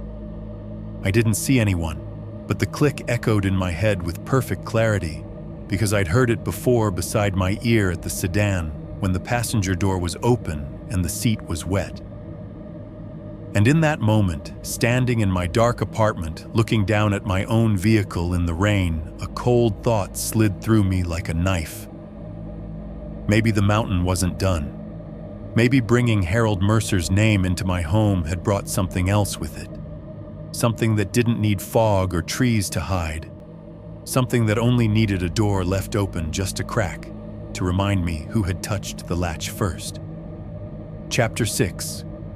It Followed the Sound, Part 6.1.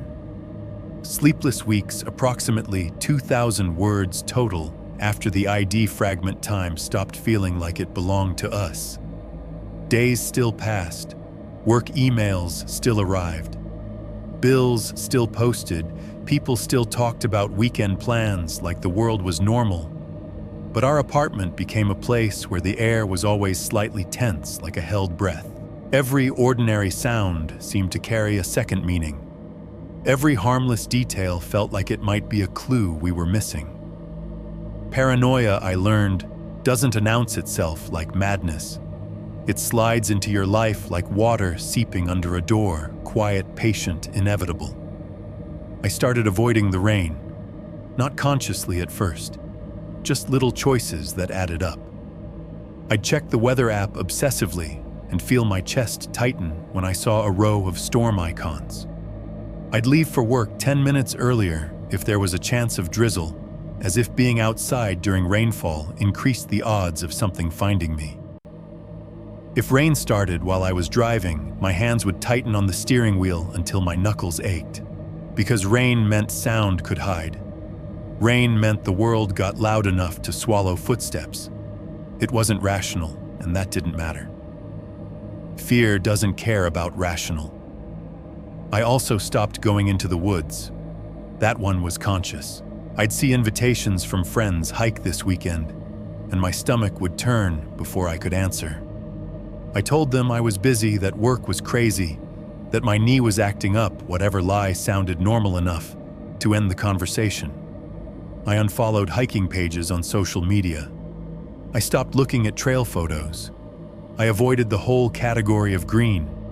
Even driving near a tree line made me uneasy.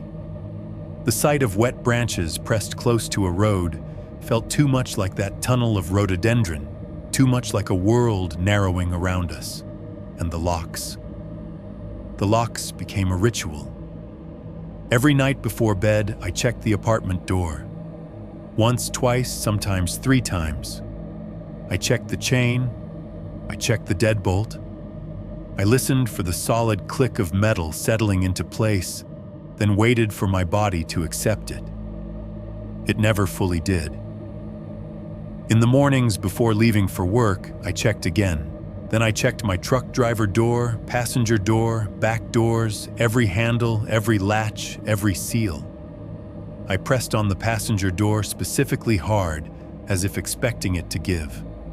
As if expecting to find it cracked open a few inches, like an invitation I hadn't sent. Emma watched these rituals with a tight expression that made my chest ache. At first she tried to joke about it. "You going to pat down the tires next?" She'd say, voice light but strained. Then she stopped joking. Then she stopped talking much at all. Fear doesn't just make you jumpy.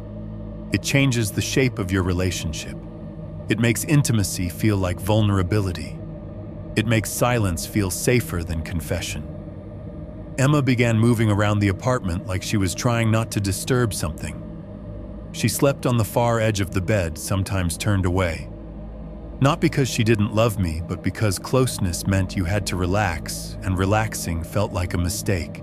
We had small, careful conversations, and avoided the big one, the one that sat between us, like a third person. This happened because we stayed. Because we didn't leave when the door was open. Because we were curious. Because we were proud. We didn't say it, but it was there. And then the sounds started following us. The first time it happened, I was at work walking down the hallway with a folder under my arm. A co-worker passed me, and his keycard clipped against his belt with a hard little click. My body flinched like I'd been slapped. He didn't notice. Nobody noticed. I kept walking, face neutral, heart racing, and hated how weak it made me feel. Later that week, a woman in the elevator zipped up her purse, and the zipper made that familiar rasp. Rrt. And my stomach dropped so fast, I felt dizzy. For a split second, I was back in the clearing headlamp beam, shaking, watching the center tent's zipper line open a few inches and stop. I started cataloging triggers without meaning to. Zippers, car locks, the soft, wet suction of footsteps in a parking garage when it rained outside and water pooled on concrete, the click of a microwave door closing, the sound of duct tape being peeled from a roll. Worst of all was rain on windows. It became unbearable. At night when it rained hard, the apartment filled with that same white noise roar we'd heard in the tent, and it erased distance the same way. It made the hallway outside our door feel too close and too far at the same time.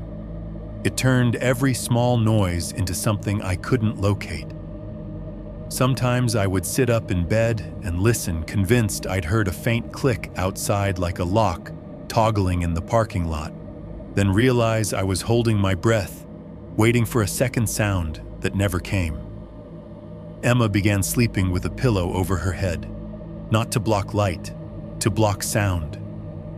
2 weeks after the ID fragment was collected, I got a message from Officer Voss, not a call, a text. "Don't post about this. Don't talk to reporters. Don't go back." 3 sentences, no punctuation flair, no comforting explanation, just rules. I stared at the screen, feeling my pulse rise. I typed back, "Why any updates on Herald minutes past?" Then her reply came. "There's more than one case. I can't discuss details over text. Just listen to me. Don't go back." The words hit me like ice water. More than one case. Same pattern, same door, same staged quiet, same click. I showed Emma the message. She read it once, then again, her fingers tightening around the phone. Her voice came out thin. So it wasn't just those men. "No," I said, and the word felt like stepping off a ledge. Emma looked up at me, eyes shining with something that wasn't tears yet, but was close. "Then why us?" she whispered. I didn't have an answer. That night, we tried to pretend it ended. We made dinner and turned on a sitcom and laughed at the wrong places. We folded laundry. We talked about work deadlines like we used to. We even planned carefully, cautiously, a weekend away somewhere not in the mountains, somewhere with cell service and people and cameras. We went to bed at a reasonable time. We turned off the lights. We lay there in the dark, like two people trying to imitate sleep. For a while, the rain outside was light, a gentle tapping, almost normal, almost soothing. Then somewhere below our window in the parking lot, a sound cut through it, sharp, precise, unmistakable click. Emma's body went rigid beside me. I didn't move. I didn't breathe. I stared at the ceiling, listening for the second click that would prove it was real. It didn't come. The rain continued. The building settled. The world stayed quiet. But something had changed anyway, because in that single sound, one tiny mechanical confirmation, I understood what Voss meant in a way my brain hadn't allowed before. This wasn't a story about a trail. It was a story about a pattern. And patterns don't end just because you leave the woods. They follow you. They wait. They listen for the sound you make when you think you're alone, and then answer it back. Chapter 6, It Followed the Sound at 6.2. The pattern folder, approximately 2,000 words total. Officer Voss didn't call me to the station. She texted an address and a time, and the message felt more like an instruction than an invitation. Tomorrow.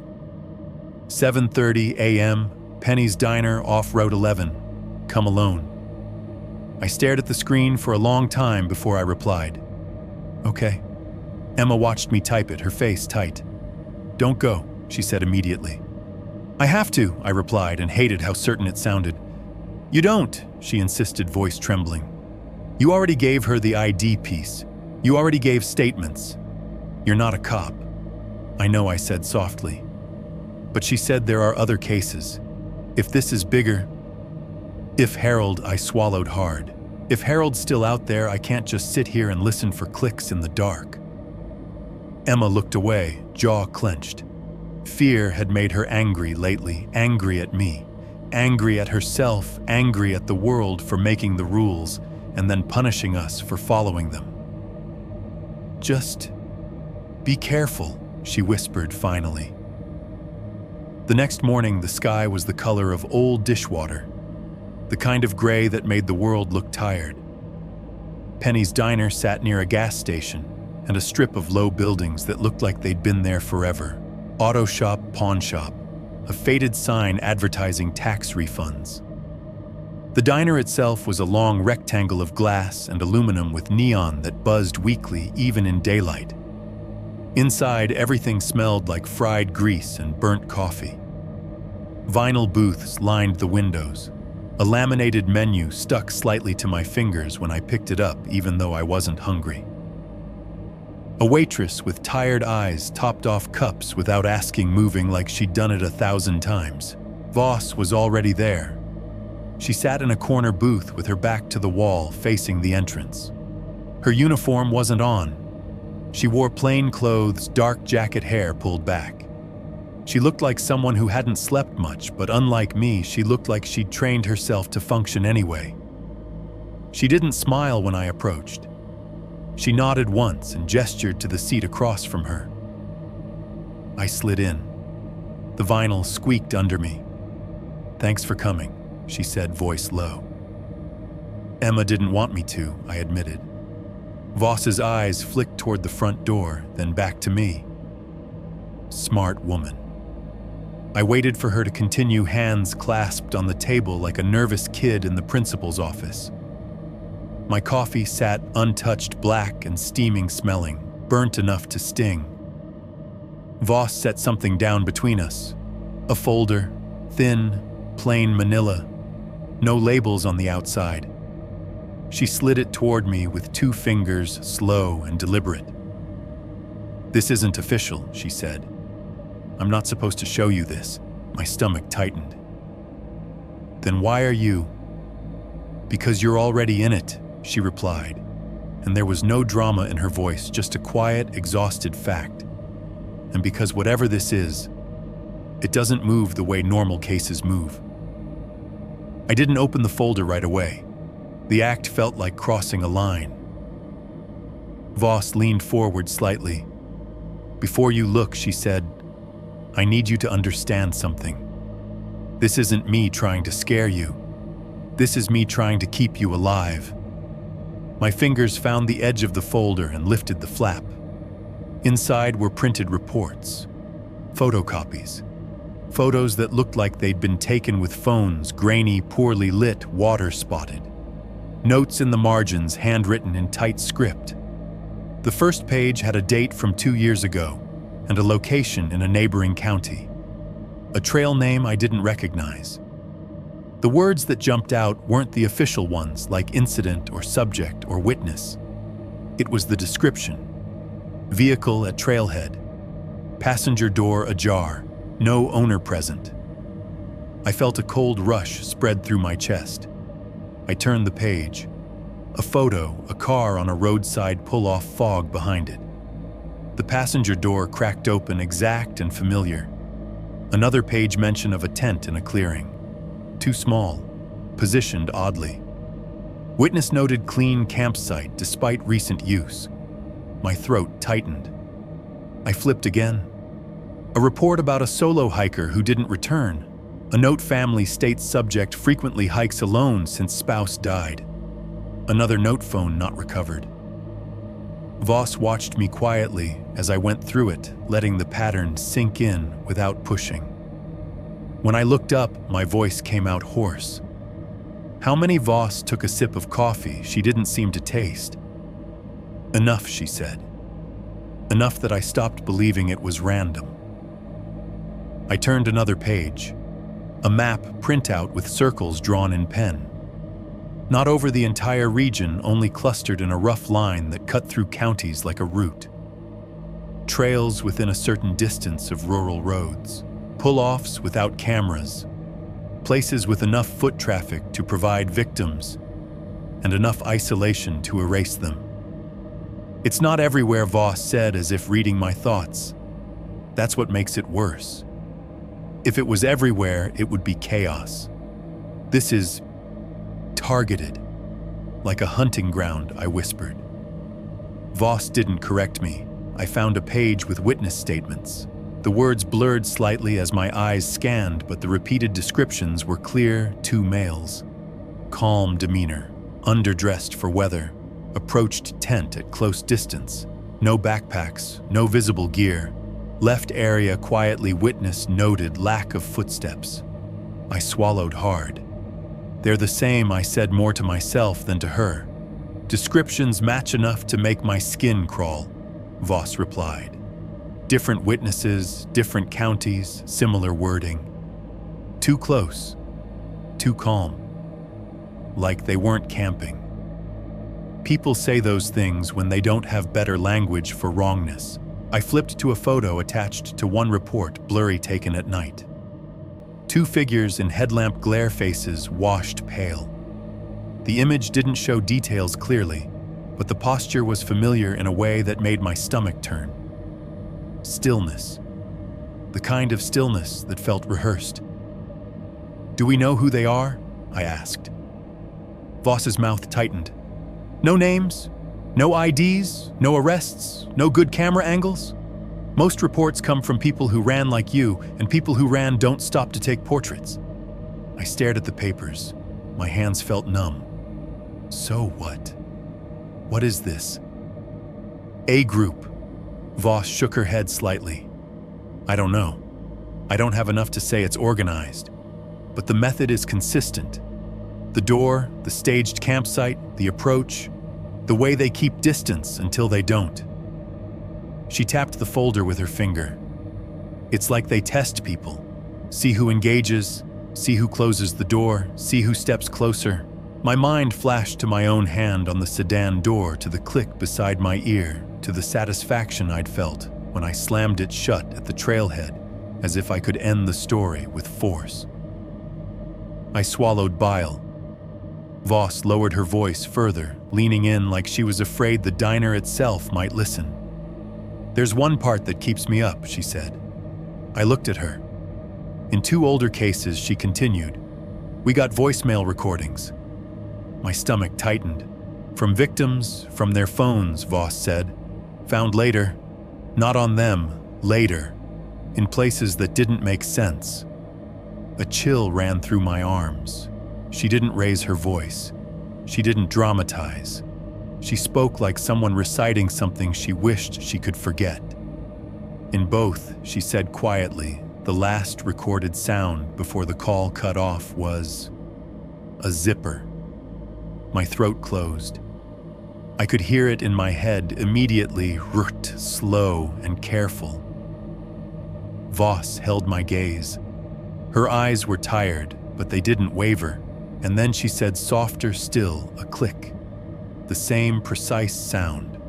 A lock toggling, a mechanical confirmation, an answer. My palms went damp. The diner's hum, the clink of dishes, the buzz of neon, the murmur of other customers faded into the background as if someone had turned the volume down on reality. I heard only those 2 sounds in my mind layered over rain zipper. Click. I swallowed hard enough that it hurt. Voss sat back slightly, watching me absorb it. "You understand why I told you not to post," she said. "Not to go back." I nodded, but it felt like my body was doing it without me. Because suddenly the passenger door wasn't just a creepy detail. It was part of a language, a signal, a ritual. Something that invited you closer and punished you for answering. And if Voss was right, if there were recordings, if the last thing some missing person heard was fabric opening and a lock engaging, then the clearing wasn't just a stage. It was a mechanism, and the sound it made wasn't accidental.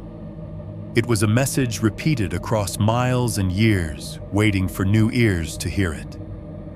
Waiting for someone like me to finally understand what it had been saying all along. Chapter 6. It followed the sound, point 3. The return pressure, approximately 2,000 words total. After the diner, I couldn't go back to being a person who just lived his life. I tried. I went to work. I answered emails. I sat in meetings where people argued over budgets and timelines like those. Things mattered more than the fact that a man named Harold Mercer might be lying somewhere in wet leaves, unnamed and unclaimed. I nodded at the right moments and smiled when I was supposed to. But my mind stayed on the folder, on the photos of other cars with other doors cracked open, on the words staged campsite and no gear and missing solo hiker, on the voicemail detail that made my skin crawl, zipper, then click.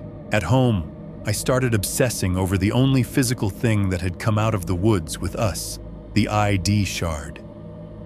It had already been bagged and taken by Voss's people, but the memory of it stayed in my hand. I could still feel the thin edge of laminate against my thumb. I could still see the broken letters forming his name. I could still picture that sliver of his face, part of an eye, a pale cheek, like a person caught mid-blink. I replayed the moment I'd found it in my boot tread again and again. My boot, my tread pattern, the mud packed into grooves, the pale shard wedged in like it had been placed there deliberately. That thought wouldn't leave me alone. I told myself it was just physics, just an accident, a piece of plastic broken in the mud that happened to lodge where it could travel. But fear doesn't let you settle for accidents. Fear wants meaning.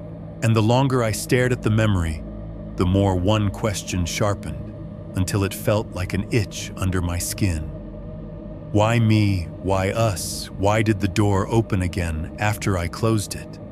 Why did the footprints overlap mine? Why did the tent fabric press inward as if something inside it had noticed me? And most of all, why did I bring Harold Mercer's name home stuck to my boot like a tag? I thought about the moment at the trailhead when I'd closed the sedan's passenger door the first time. The click beside my ear, the unnatural precision of it. Then the second time when I'd slammed it shut in anger, as if force could end the story. What if closing the door wasn't a good deed? What if it was participation? What if the point was to see who would touch it? I tried to dismiss it as paranoia, but Voss's words wouldn't let me. She'd said it like she believed it. They test people. See who engages. See who closes the door. The implication sat in my gut like a stone. If I had been tested, had I passed or failed? Emma watched this unraveling in silence for days. She moved through the apartment like someone carefully navigating a room full of invisible tripwires. She avoided the windows when it rained. She muted the TV if a zipper sound came on screen. She flinched when I locked the door at night because the click had become a trigger, not a comfort. We stopped talking about when this is over because neither of us believed it would be. One night a week after the diner, I found Emma sitting on the living room floor with her back against the couch, knees pulled to her chest phone in her hands, like she'd been gripping it for an hour. The TV was off. The lights were dim. Rain whispered against the window in a steady, relentless hiss. She looked up when I entered the room. Her eyes were red-rimmed. "I didn't tell you something," she said. My stomach tightened. "What?" Her voice came out small. "I've been hearing it," hearing what she swallowed hard. Her fingers tightened around her phone. The tapping, she whispered. My skin prickled. The memory of that signal in the woods, tap, tap.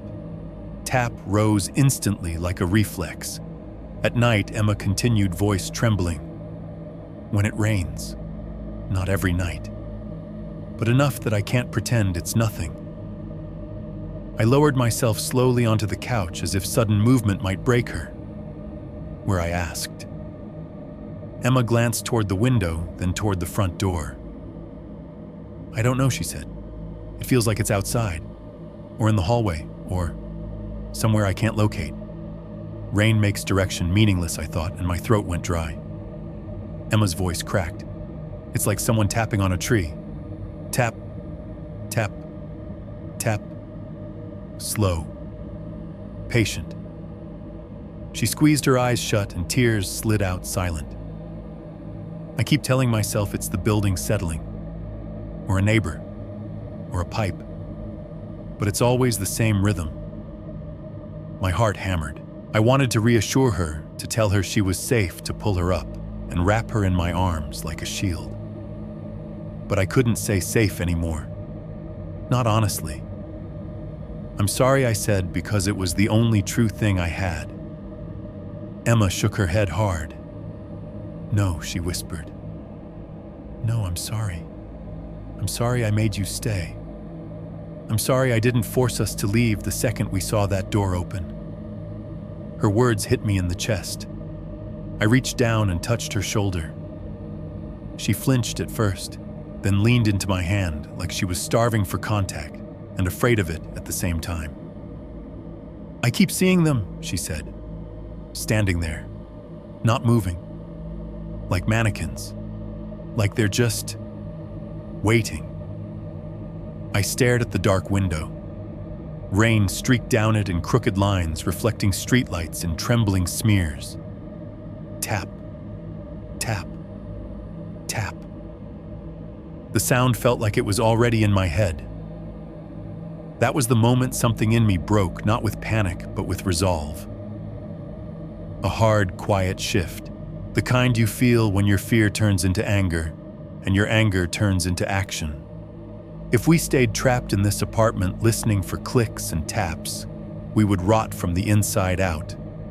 We would become the kind of people who never slept, who never laughed, who jumped at every zipper sound on TV. And Harold Mercer would remain a name in a folder. A missing man whose story ended in mud and fog while we sat under fluorescent light, pretending to be normal. "I'm going back," I said. Emma's head snapped up. "Number. Not like last time," I said quickly. "Not at night. Not to camp. Daytime. In and out, just to see, just to get proof something Voss can actually use. Emma's eyes widened with horror. That's exactly what they want. I don't know what they want, I said, voice shaking now. But I know what I want. I want to stop feeling like prey in my own apartment. Emma stood abruptly, hands clenched. You go back and you die, she whispered, and the rawness in her voice made my throat tighten. Or you disappear. And then I'm the one on the phone begging police to care. I held her gaze. My heart pounded like it was trying to outrun my words. I'll take precautions, I said. Dash cam, spare batteries, phone recording audio the whole time. I'll go with someone. You don't have anyone, she snapped, then immediately looked guilty because it was true. We'd withdrawn. We'd isolated. Fear had eaten our social life like mold. I'll go alone if I have to, I said. Emma's face crumpled. Please, she whispered. Please don't. I should have listened. A smarter man would have listened. But obsession is louder than love when you let it grow. Over the next 2 days, I planned like planning could create safety. I bought a cheap dash cam online. I tested it. I charged power banks.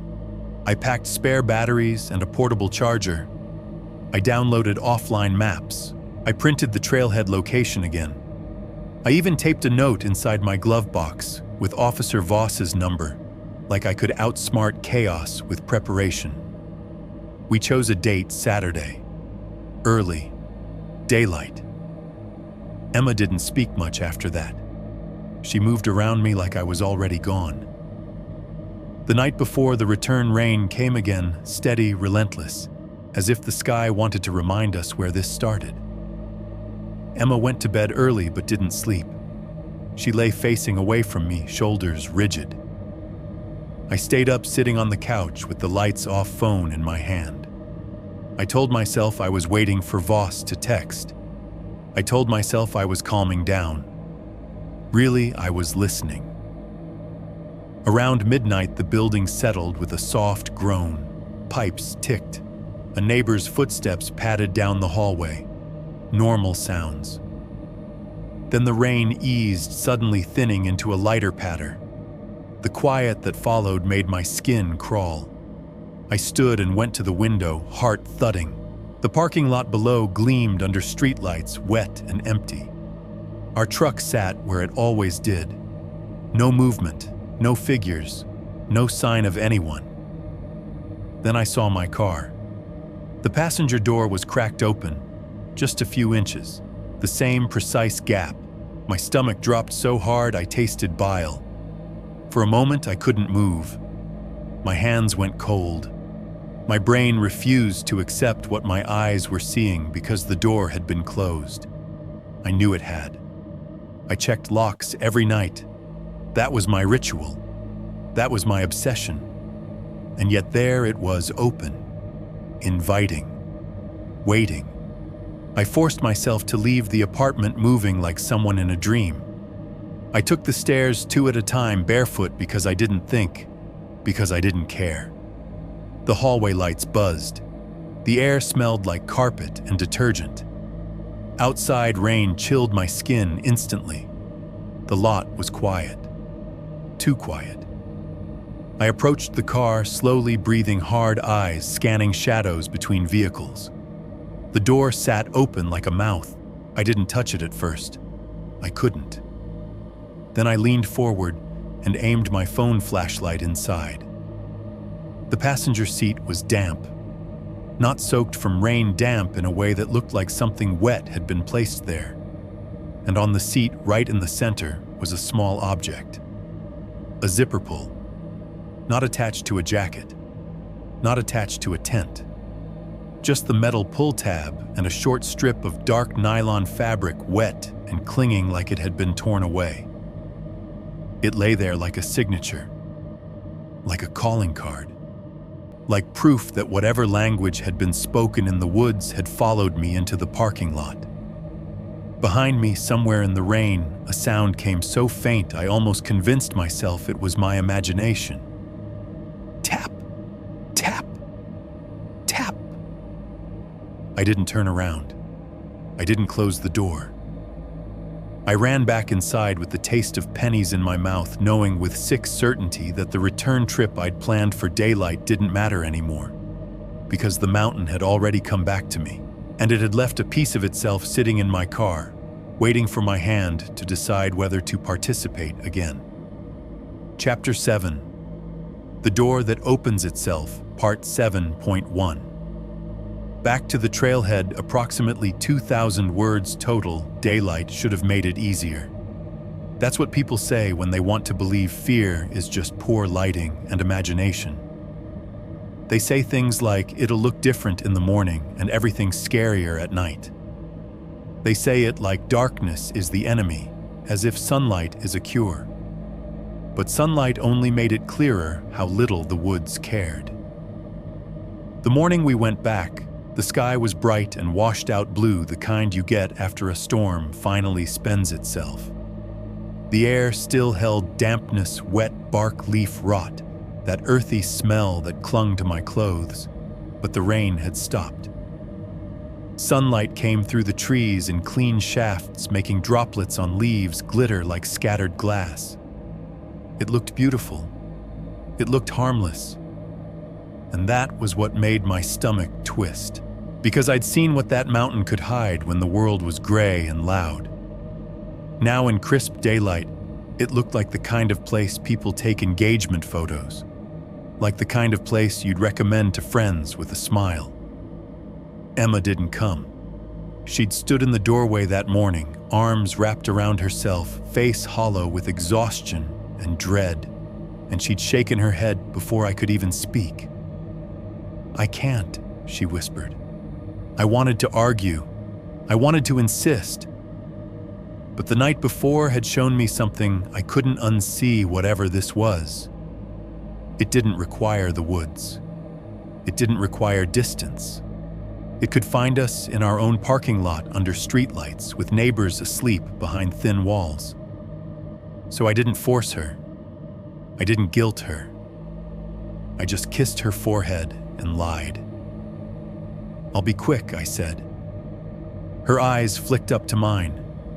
They were glossy, but her voice stayed controlled. "Don't touch anything," she said. "Don't close anything." "I won't," I promised, even though promises felt useless now. In my truck, the dashcam blinked red and steady. I'd mounted it the night before with shaking hands. My phone sat in the cup holder with the voice recorder running screen down, capturing every breath and creak and click. I drove out of town with the windows cracked slightly, not for air, but because I needed to hear the world outside the cab. I didn't trust sealed silence anymore. Silence was where signals hid. The closer I got to the mountains, the more my body remembered. My shoulders tightened, my jaw clenched. My hands stayed locked on the wheel at 10 and 2 like I was taking a test. Trees thickened along the road. Shadows deepened under branches. Even in sunlight, certain stretches of forest looked too dense, too old. Cell service dropped a mile from the trailhead, exactly where it had before. No service. The icon stared at me like a warning sign. When the roadside pull-off finally appeared, it looked almost normal in daylight. Just gravel weeds, a shallow ditch with clear water trickling through it. Sunlight hit the stones, making them bright. A few wildflowers clung stubbornly to the edge, yellow petals trembling in the breeze. And yet my chest tightened, as if I'd arrived at a crime scene. I slowed and pulled in. My tires crunched on gravel, loud and ordinary.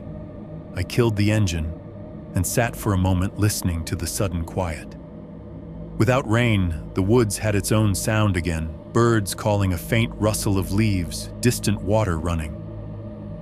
It should have been comforting. It wasn't. Because the normal noise felt like camouflage, like the mountain had put its friendly face back on. There was another car parked near the roadside, different from the sedan last time.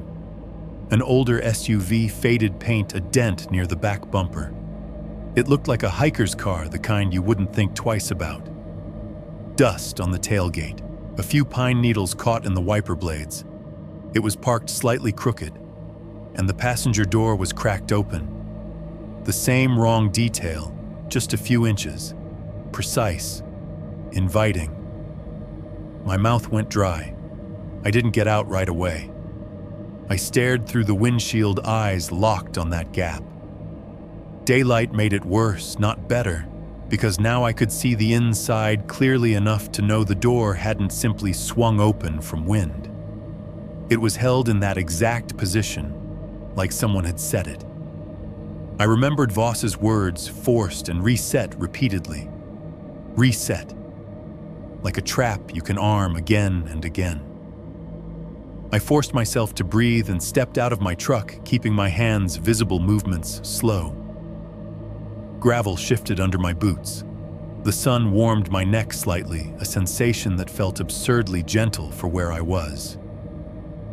The SUV's door sat open like a mouth that hadn't finished forming a word. I stopped a few feet away. I didn't touch it. I wouldn't touch it. That was the rule now. Don't participate. Don't answer. Don't close the door. I listened. Birds, leaves, my own breathing, the faint hum of insects. Then sharp as a snapped twig, but cleaner, more precise, the sound came. Click. It wasn't from my pocket. My keys were in my hand still. It wasn't from the SUV's door latch settling. The door hadn't moved.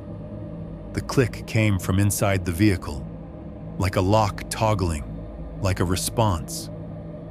My body froze.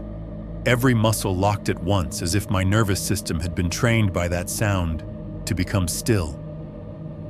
Cold slid across my skin. I leaned slightly, not closer, not enough to cross the invisible line, just enough to see into the SUV's cabin. Empty seats, dark dashboard, no movement. And yet the click had happened. Again. Daylight didn't change that. Sunlight didn't soften it. It only made it clearer that the sound wasn't an accident. It was communication. I backed away slowly, eyes flicking to the tree line, searching for figures between trunks. Nothing. No men in tight jeans. No pale faces. No still silhouettes. Just ordinary woods. Just ordinary morning. My heart hammered anyway. I turned away from the SUV and forced myself to focus on something else, anything else to break the spell. That's when I saw it on the ground near my truck. At first it looked like trash, a thin strip of plastic caught between two stones. The sunlight made it glint. I stepped closer, cautious, and crouched. It was laminated. A narrow strip of ID plastic similar to the shard that had carried Harold Mercer's name, only this piece was longer, cleaner, less damaged. The laminate edges were scuffed, but the print beneath was intact. My stomach dropped before my brain even processed why. Because I recognized the colors, the layout, the cheap standard formatting. My work badge. I reached toward it, then stopped myself. Don't touch anything. But the need to confirm was overwhelming, like an itch in my bones. I hooked the edge of my shirt sleeve under it and lifted it carefully without putting my fingers directly on the plastic, like that tiny difference mattered. The photo was mine. My face under fluorescent office lights staring forward with a neutral expression I barely recognized. My name printed beneath it. My name. I stared at it until the letters blurred. A wave of nausea rolled through me. I had worn that badge every day at work. I kept it in my wallet or clipped to my belt. I hadn't lost it. I knew I hadn't. I'd checked my pockets that morning out of habit. It had been there. And now a strip of it was lying on the gravel at this trailhead like it had been deliberately placed, filed, cataloged. Proof that I existed. Proof that someone had taken note.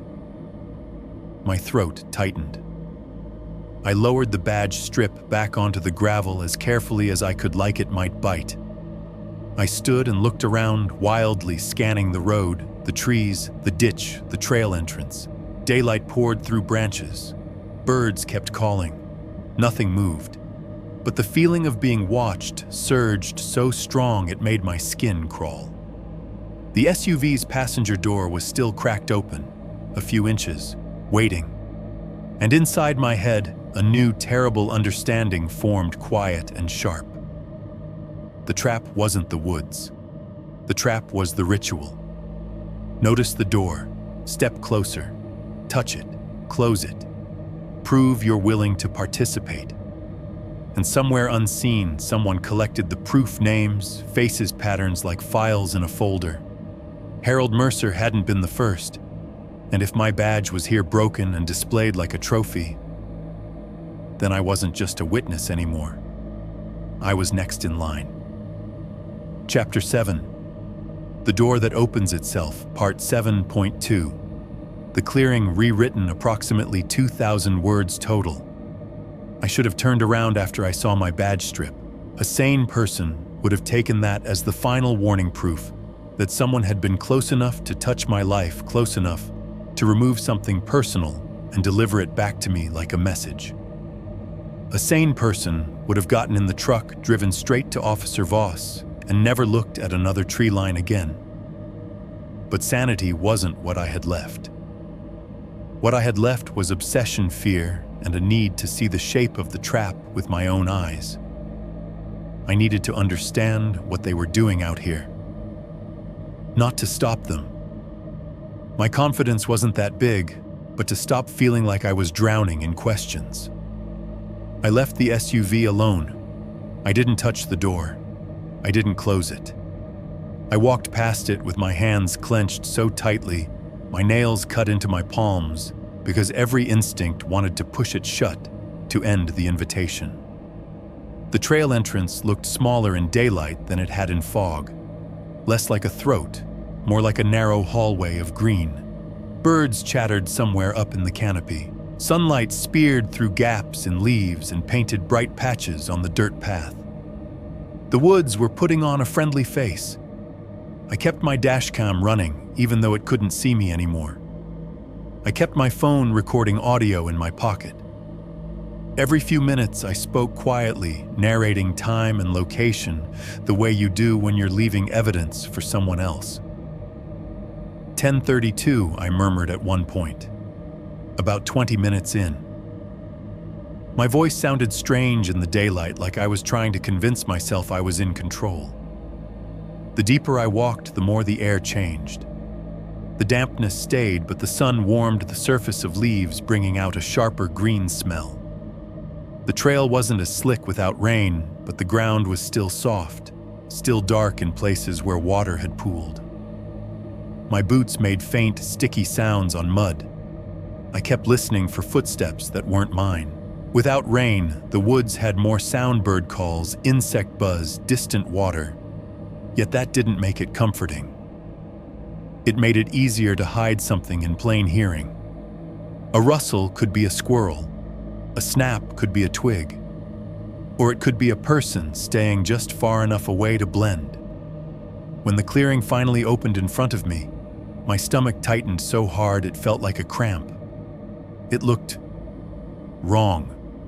Not in the same way it had before, with fog and a tent planted dead center like a marker. This time in clean daylight, the clearing looked staged in a subtler way, because the center was empty. No tent, no stakes, no guy lines, no dry shoes lined up like props. The middle of the clearing was just flat-packed earth, too smooth, too, even as if something had been there and then removed carefully.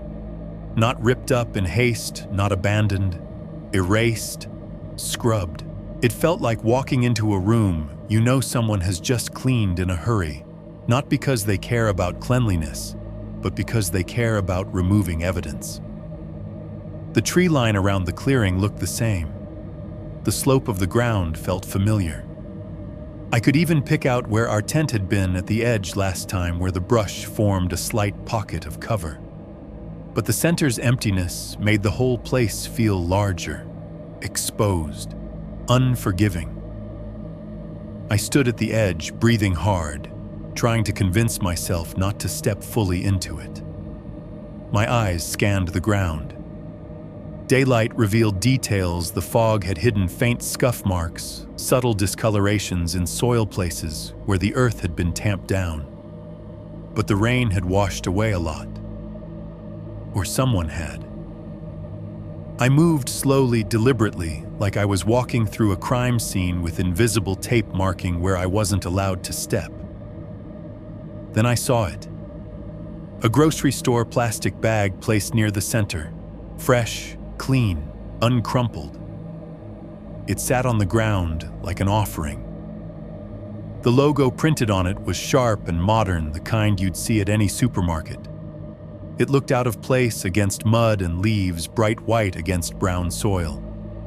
And it was wet. Not damp from morning dew, wet in a way that suggested it had been handled with wet hands or brought out here after being exposed to water.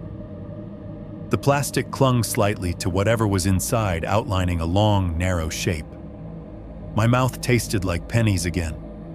The sky above was clear. No rain. No reason for it to be that wet. I stopped several feet away, staring.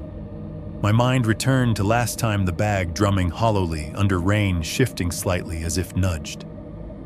This time there was no drumming, no wind, just stillness. But the bag looked as if it had just been set down. I pulled my phone out, kept recording, and took photos from a distance. I didn't touch it. I didn't poke it. I didn't lift it, even though every nerve screamed to confirm what it covered. Because I'd learned something about traps, the danger isn't always the object. It's the moment you decide to interact with it. I circled the bag slowly, keeping distance. From a different angle, I noticed something else nearby, soil disturbed in a shallow oval, as if someone had dug and then tried to cover it quickly. The earth there was darker, looser, with leaves pushed aside. A dig spot. Not deep. Not grave deep. More like someone had pried into the ground and then lost interest or had been interrupted. My breath came shallow. I stepped closer, careful, and crouched without touching the soil. The disturbed area held small objects half buried at the edge, as if rain or wind had nudged them into view. A cheap watch. The kind you buy at Walmart because you need something to tell time and you don't care if it gets scratched. The band was cracked. The face was fogged from moisture. A key ring, 2 keys on it, plain unmarked. A little plastic fob shaped like a house, and a torn strip of tent fabric, dark nylon with a seam still attached, like it had been ripped rather than cut. The edge was jagged. Threads stuck out like frayed nerves. My stomach rolled. Evidence without relief. No body. No answer. Just personal items, the kind that say a person existed here, struggled here, and then stopped being here.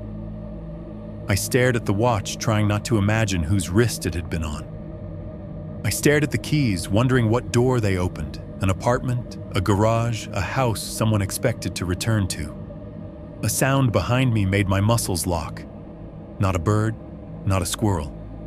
A slow, controlled rasp, faint but unmistakable roart. A zipper. My blood ran cold so fast my vision seemed to sharpen painfully. The zipper sound didn't come from the clearing. It came from the trees. From behind me, deeper in the brush where there was no tent. It was slow, deliberate, familiar in the way a nightmare is familiar. I froze in a crouch, phone clenched in my hand, recording still running. My headlamp wasn't on, daylight didn't need it, but the sound lit up my fear like a spotlight. The zipper moved again a little farther, then stopped as if whoever was doing it wanted me to know they could stop whenever they chose. My throat tightened. Every instinct screamed to stand, to run, to spin around and identify the source. but I remembered the men's stillness, the way they'd waited for me to look. So I stayed frozen, turning my head slowly, inch by inch, like prey, trying not to trigger the chase. The trees behind me were thick. Sunlight made bright flecks on leaves. Shadows pooled in places where the brush was dense. I didn't see anyone, but the zipper sound had happened. In the trees where no tent existed, which meant the sound wasn't attached to fabric anymore. It was attached to them. A language they could speak anywhere, a signal they could use to tell you you're not alone even in daylight, even with birds singing, even when the clearing looks empty. My heart hammered so hard, I thought it would drown out the next sound. Then faintly, as if answering the zipper from inside the woods, something clicked. Not loud, not dramatic. Just that sharp, precise confirmation I'd come to hate. Click. And in that instant, crouched beside a shallow dig spot full of someone's belongings, I understood the worst part of all. They weren't hiding from me. They were close enough to perform, close enough to make sound, close enough to let me know they could reach me whenever they wanted. And the clearing, scrubbed clean, staged anew, wasn't empty at all. It was ready. Chapter 7. The door that opens itself on 7.2. The clearing rewritten approximately 2,000 words total. I should have turned around after I saw my badge strip. A sane person would have taken that as the final warning proof that someone had been close enough to touch my life, close enough to remove something personal and deliver it back to me like a message. A sane person would have gotten in the truck, driven straight to Officer Voss, and never looked at another tree line again. But sanity wasn't what I had left. What I had left was obsession, fear, and a need to see the shape of the trap with my own eyes. I needed to understand what they were doing out here. Not to stop them, my confidence wasn't that big, but to stop feeling like I was drowning in questions. I left the SUV alone. I didn't touch the door. I didn't close it. I walked past it with my hands clenched so tightly, my nails cut into my palms, because every instinct wanted to push it shut to end the invitation. The trail entrance looked smaller in daylight than it had in fog, less like a throat, more like a narrow hallway of green.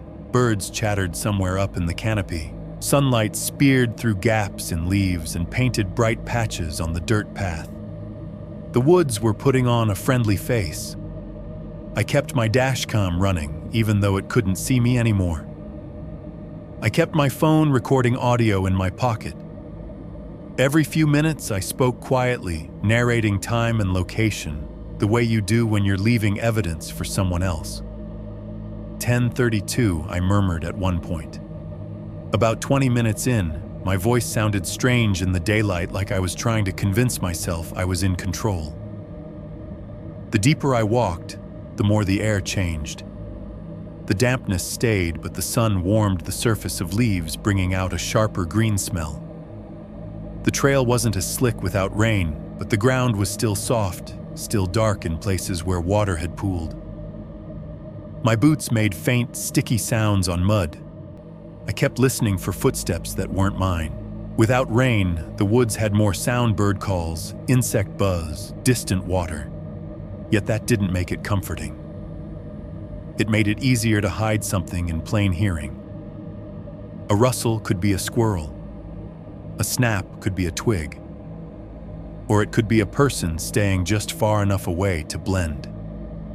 When the clearing finally opened in front of me, my stomach tightened so hard it felt like a cramp.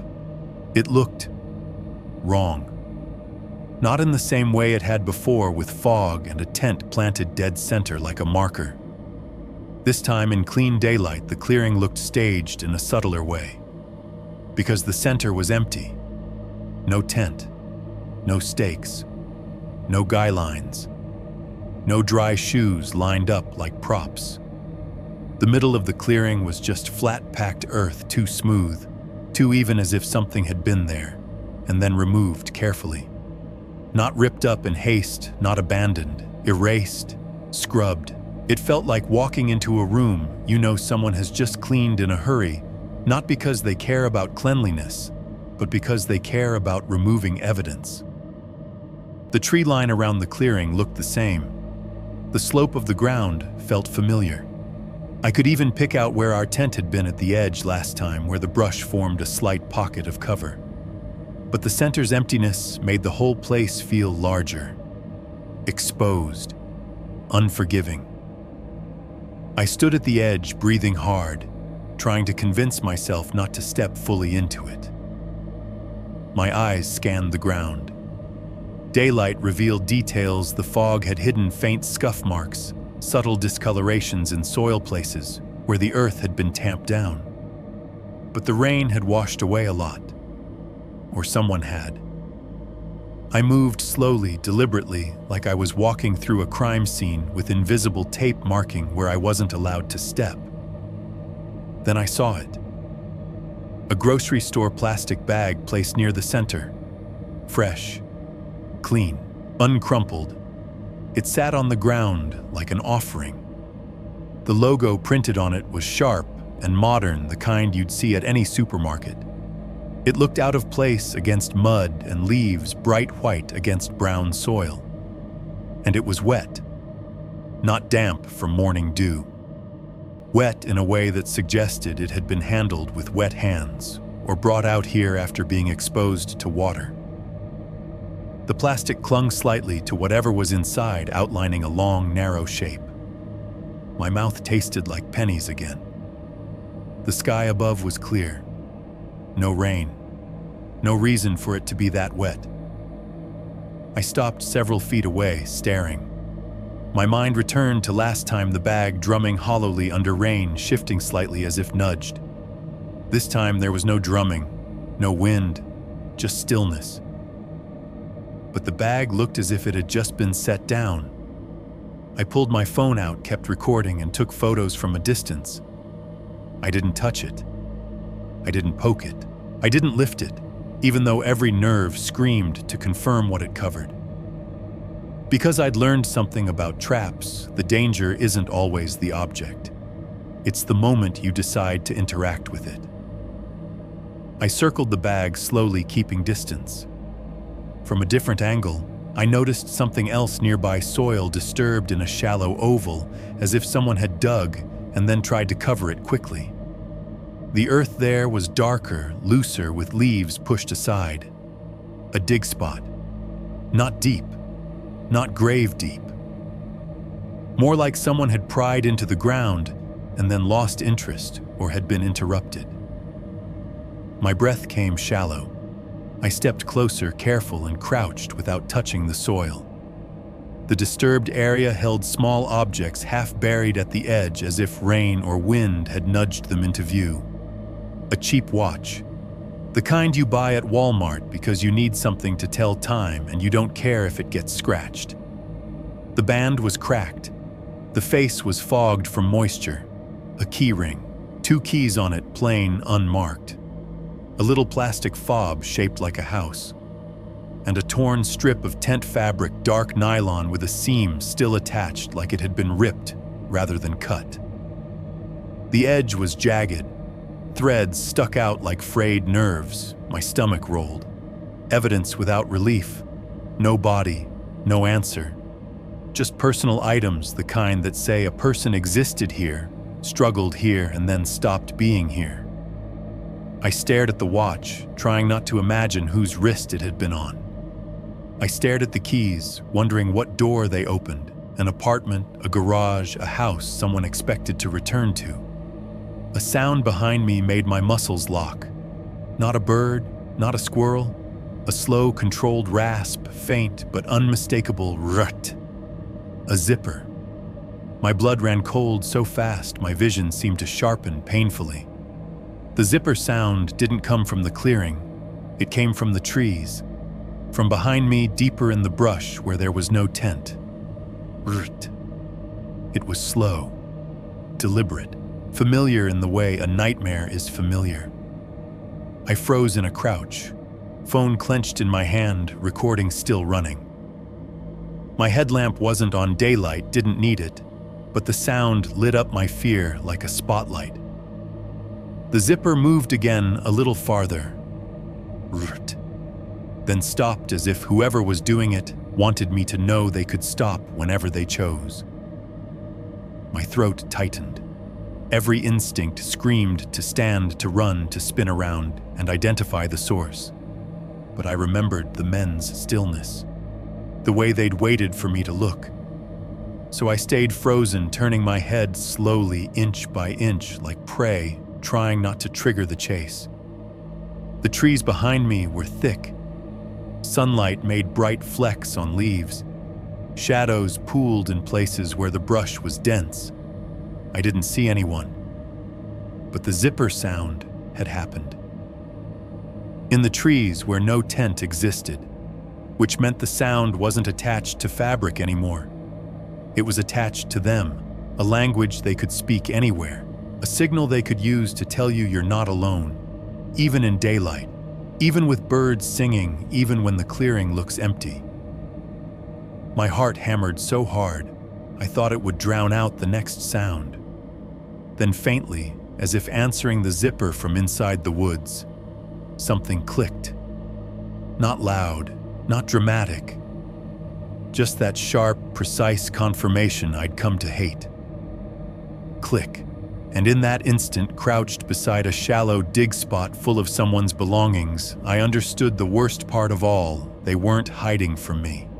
They were close enough to perform, close enough to make sound, close enough to let me know they could reach me whenever they wanted. And the clearing, scrubbed clean, staged anew, wasn't empty at all. It was ready.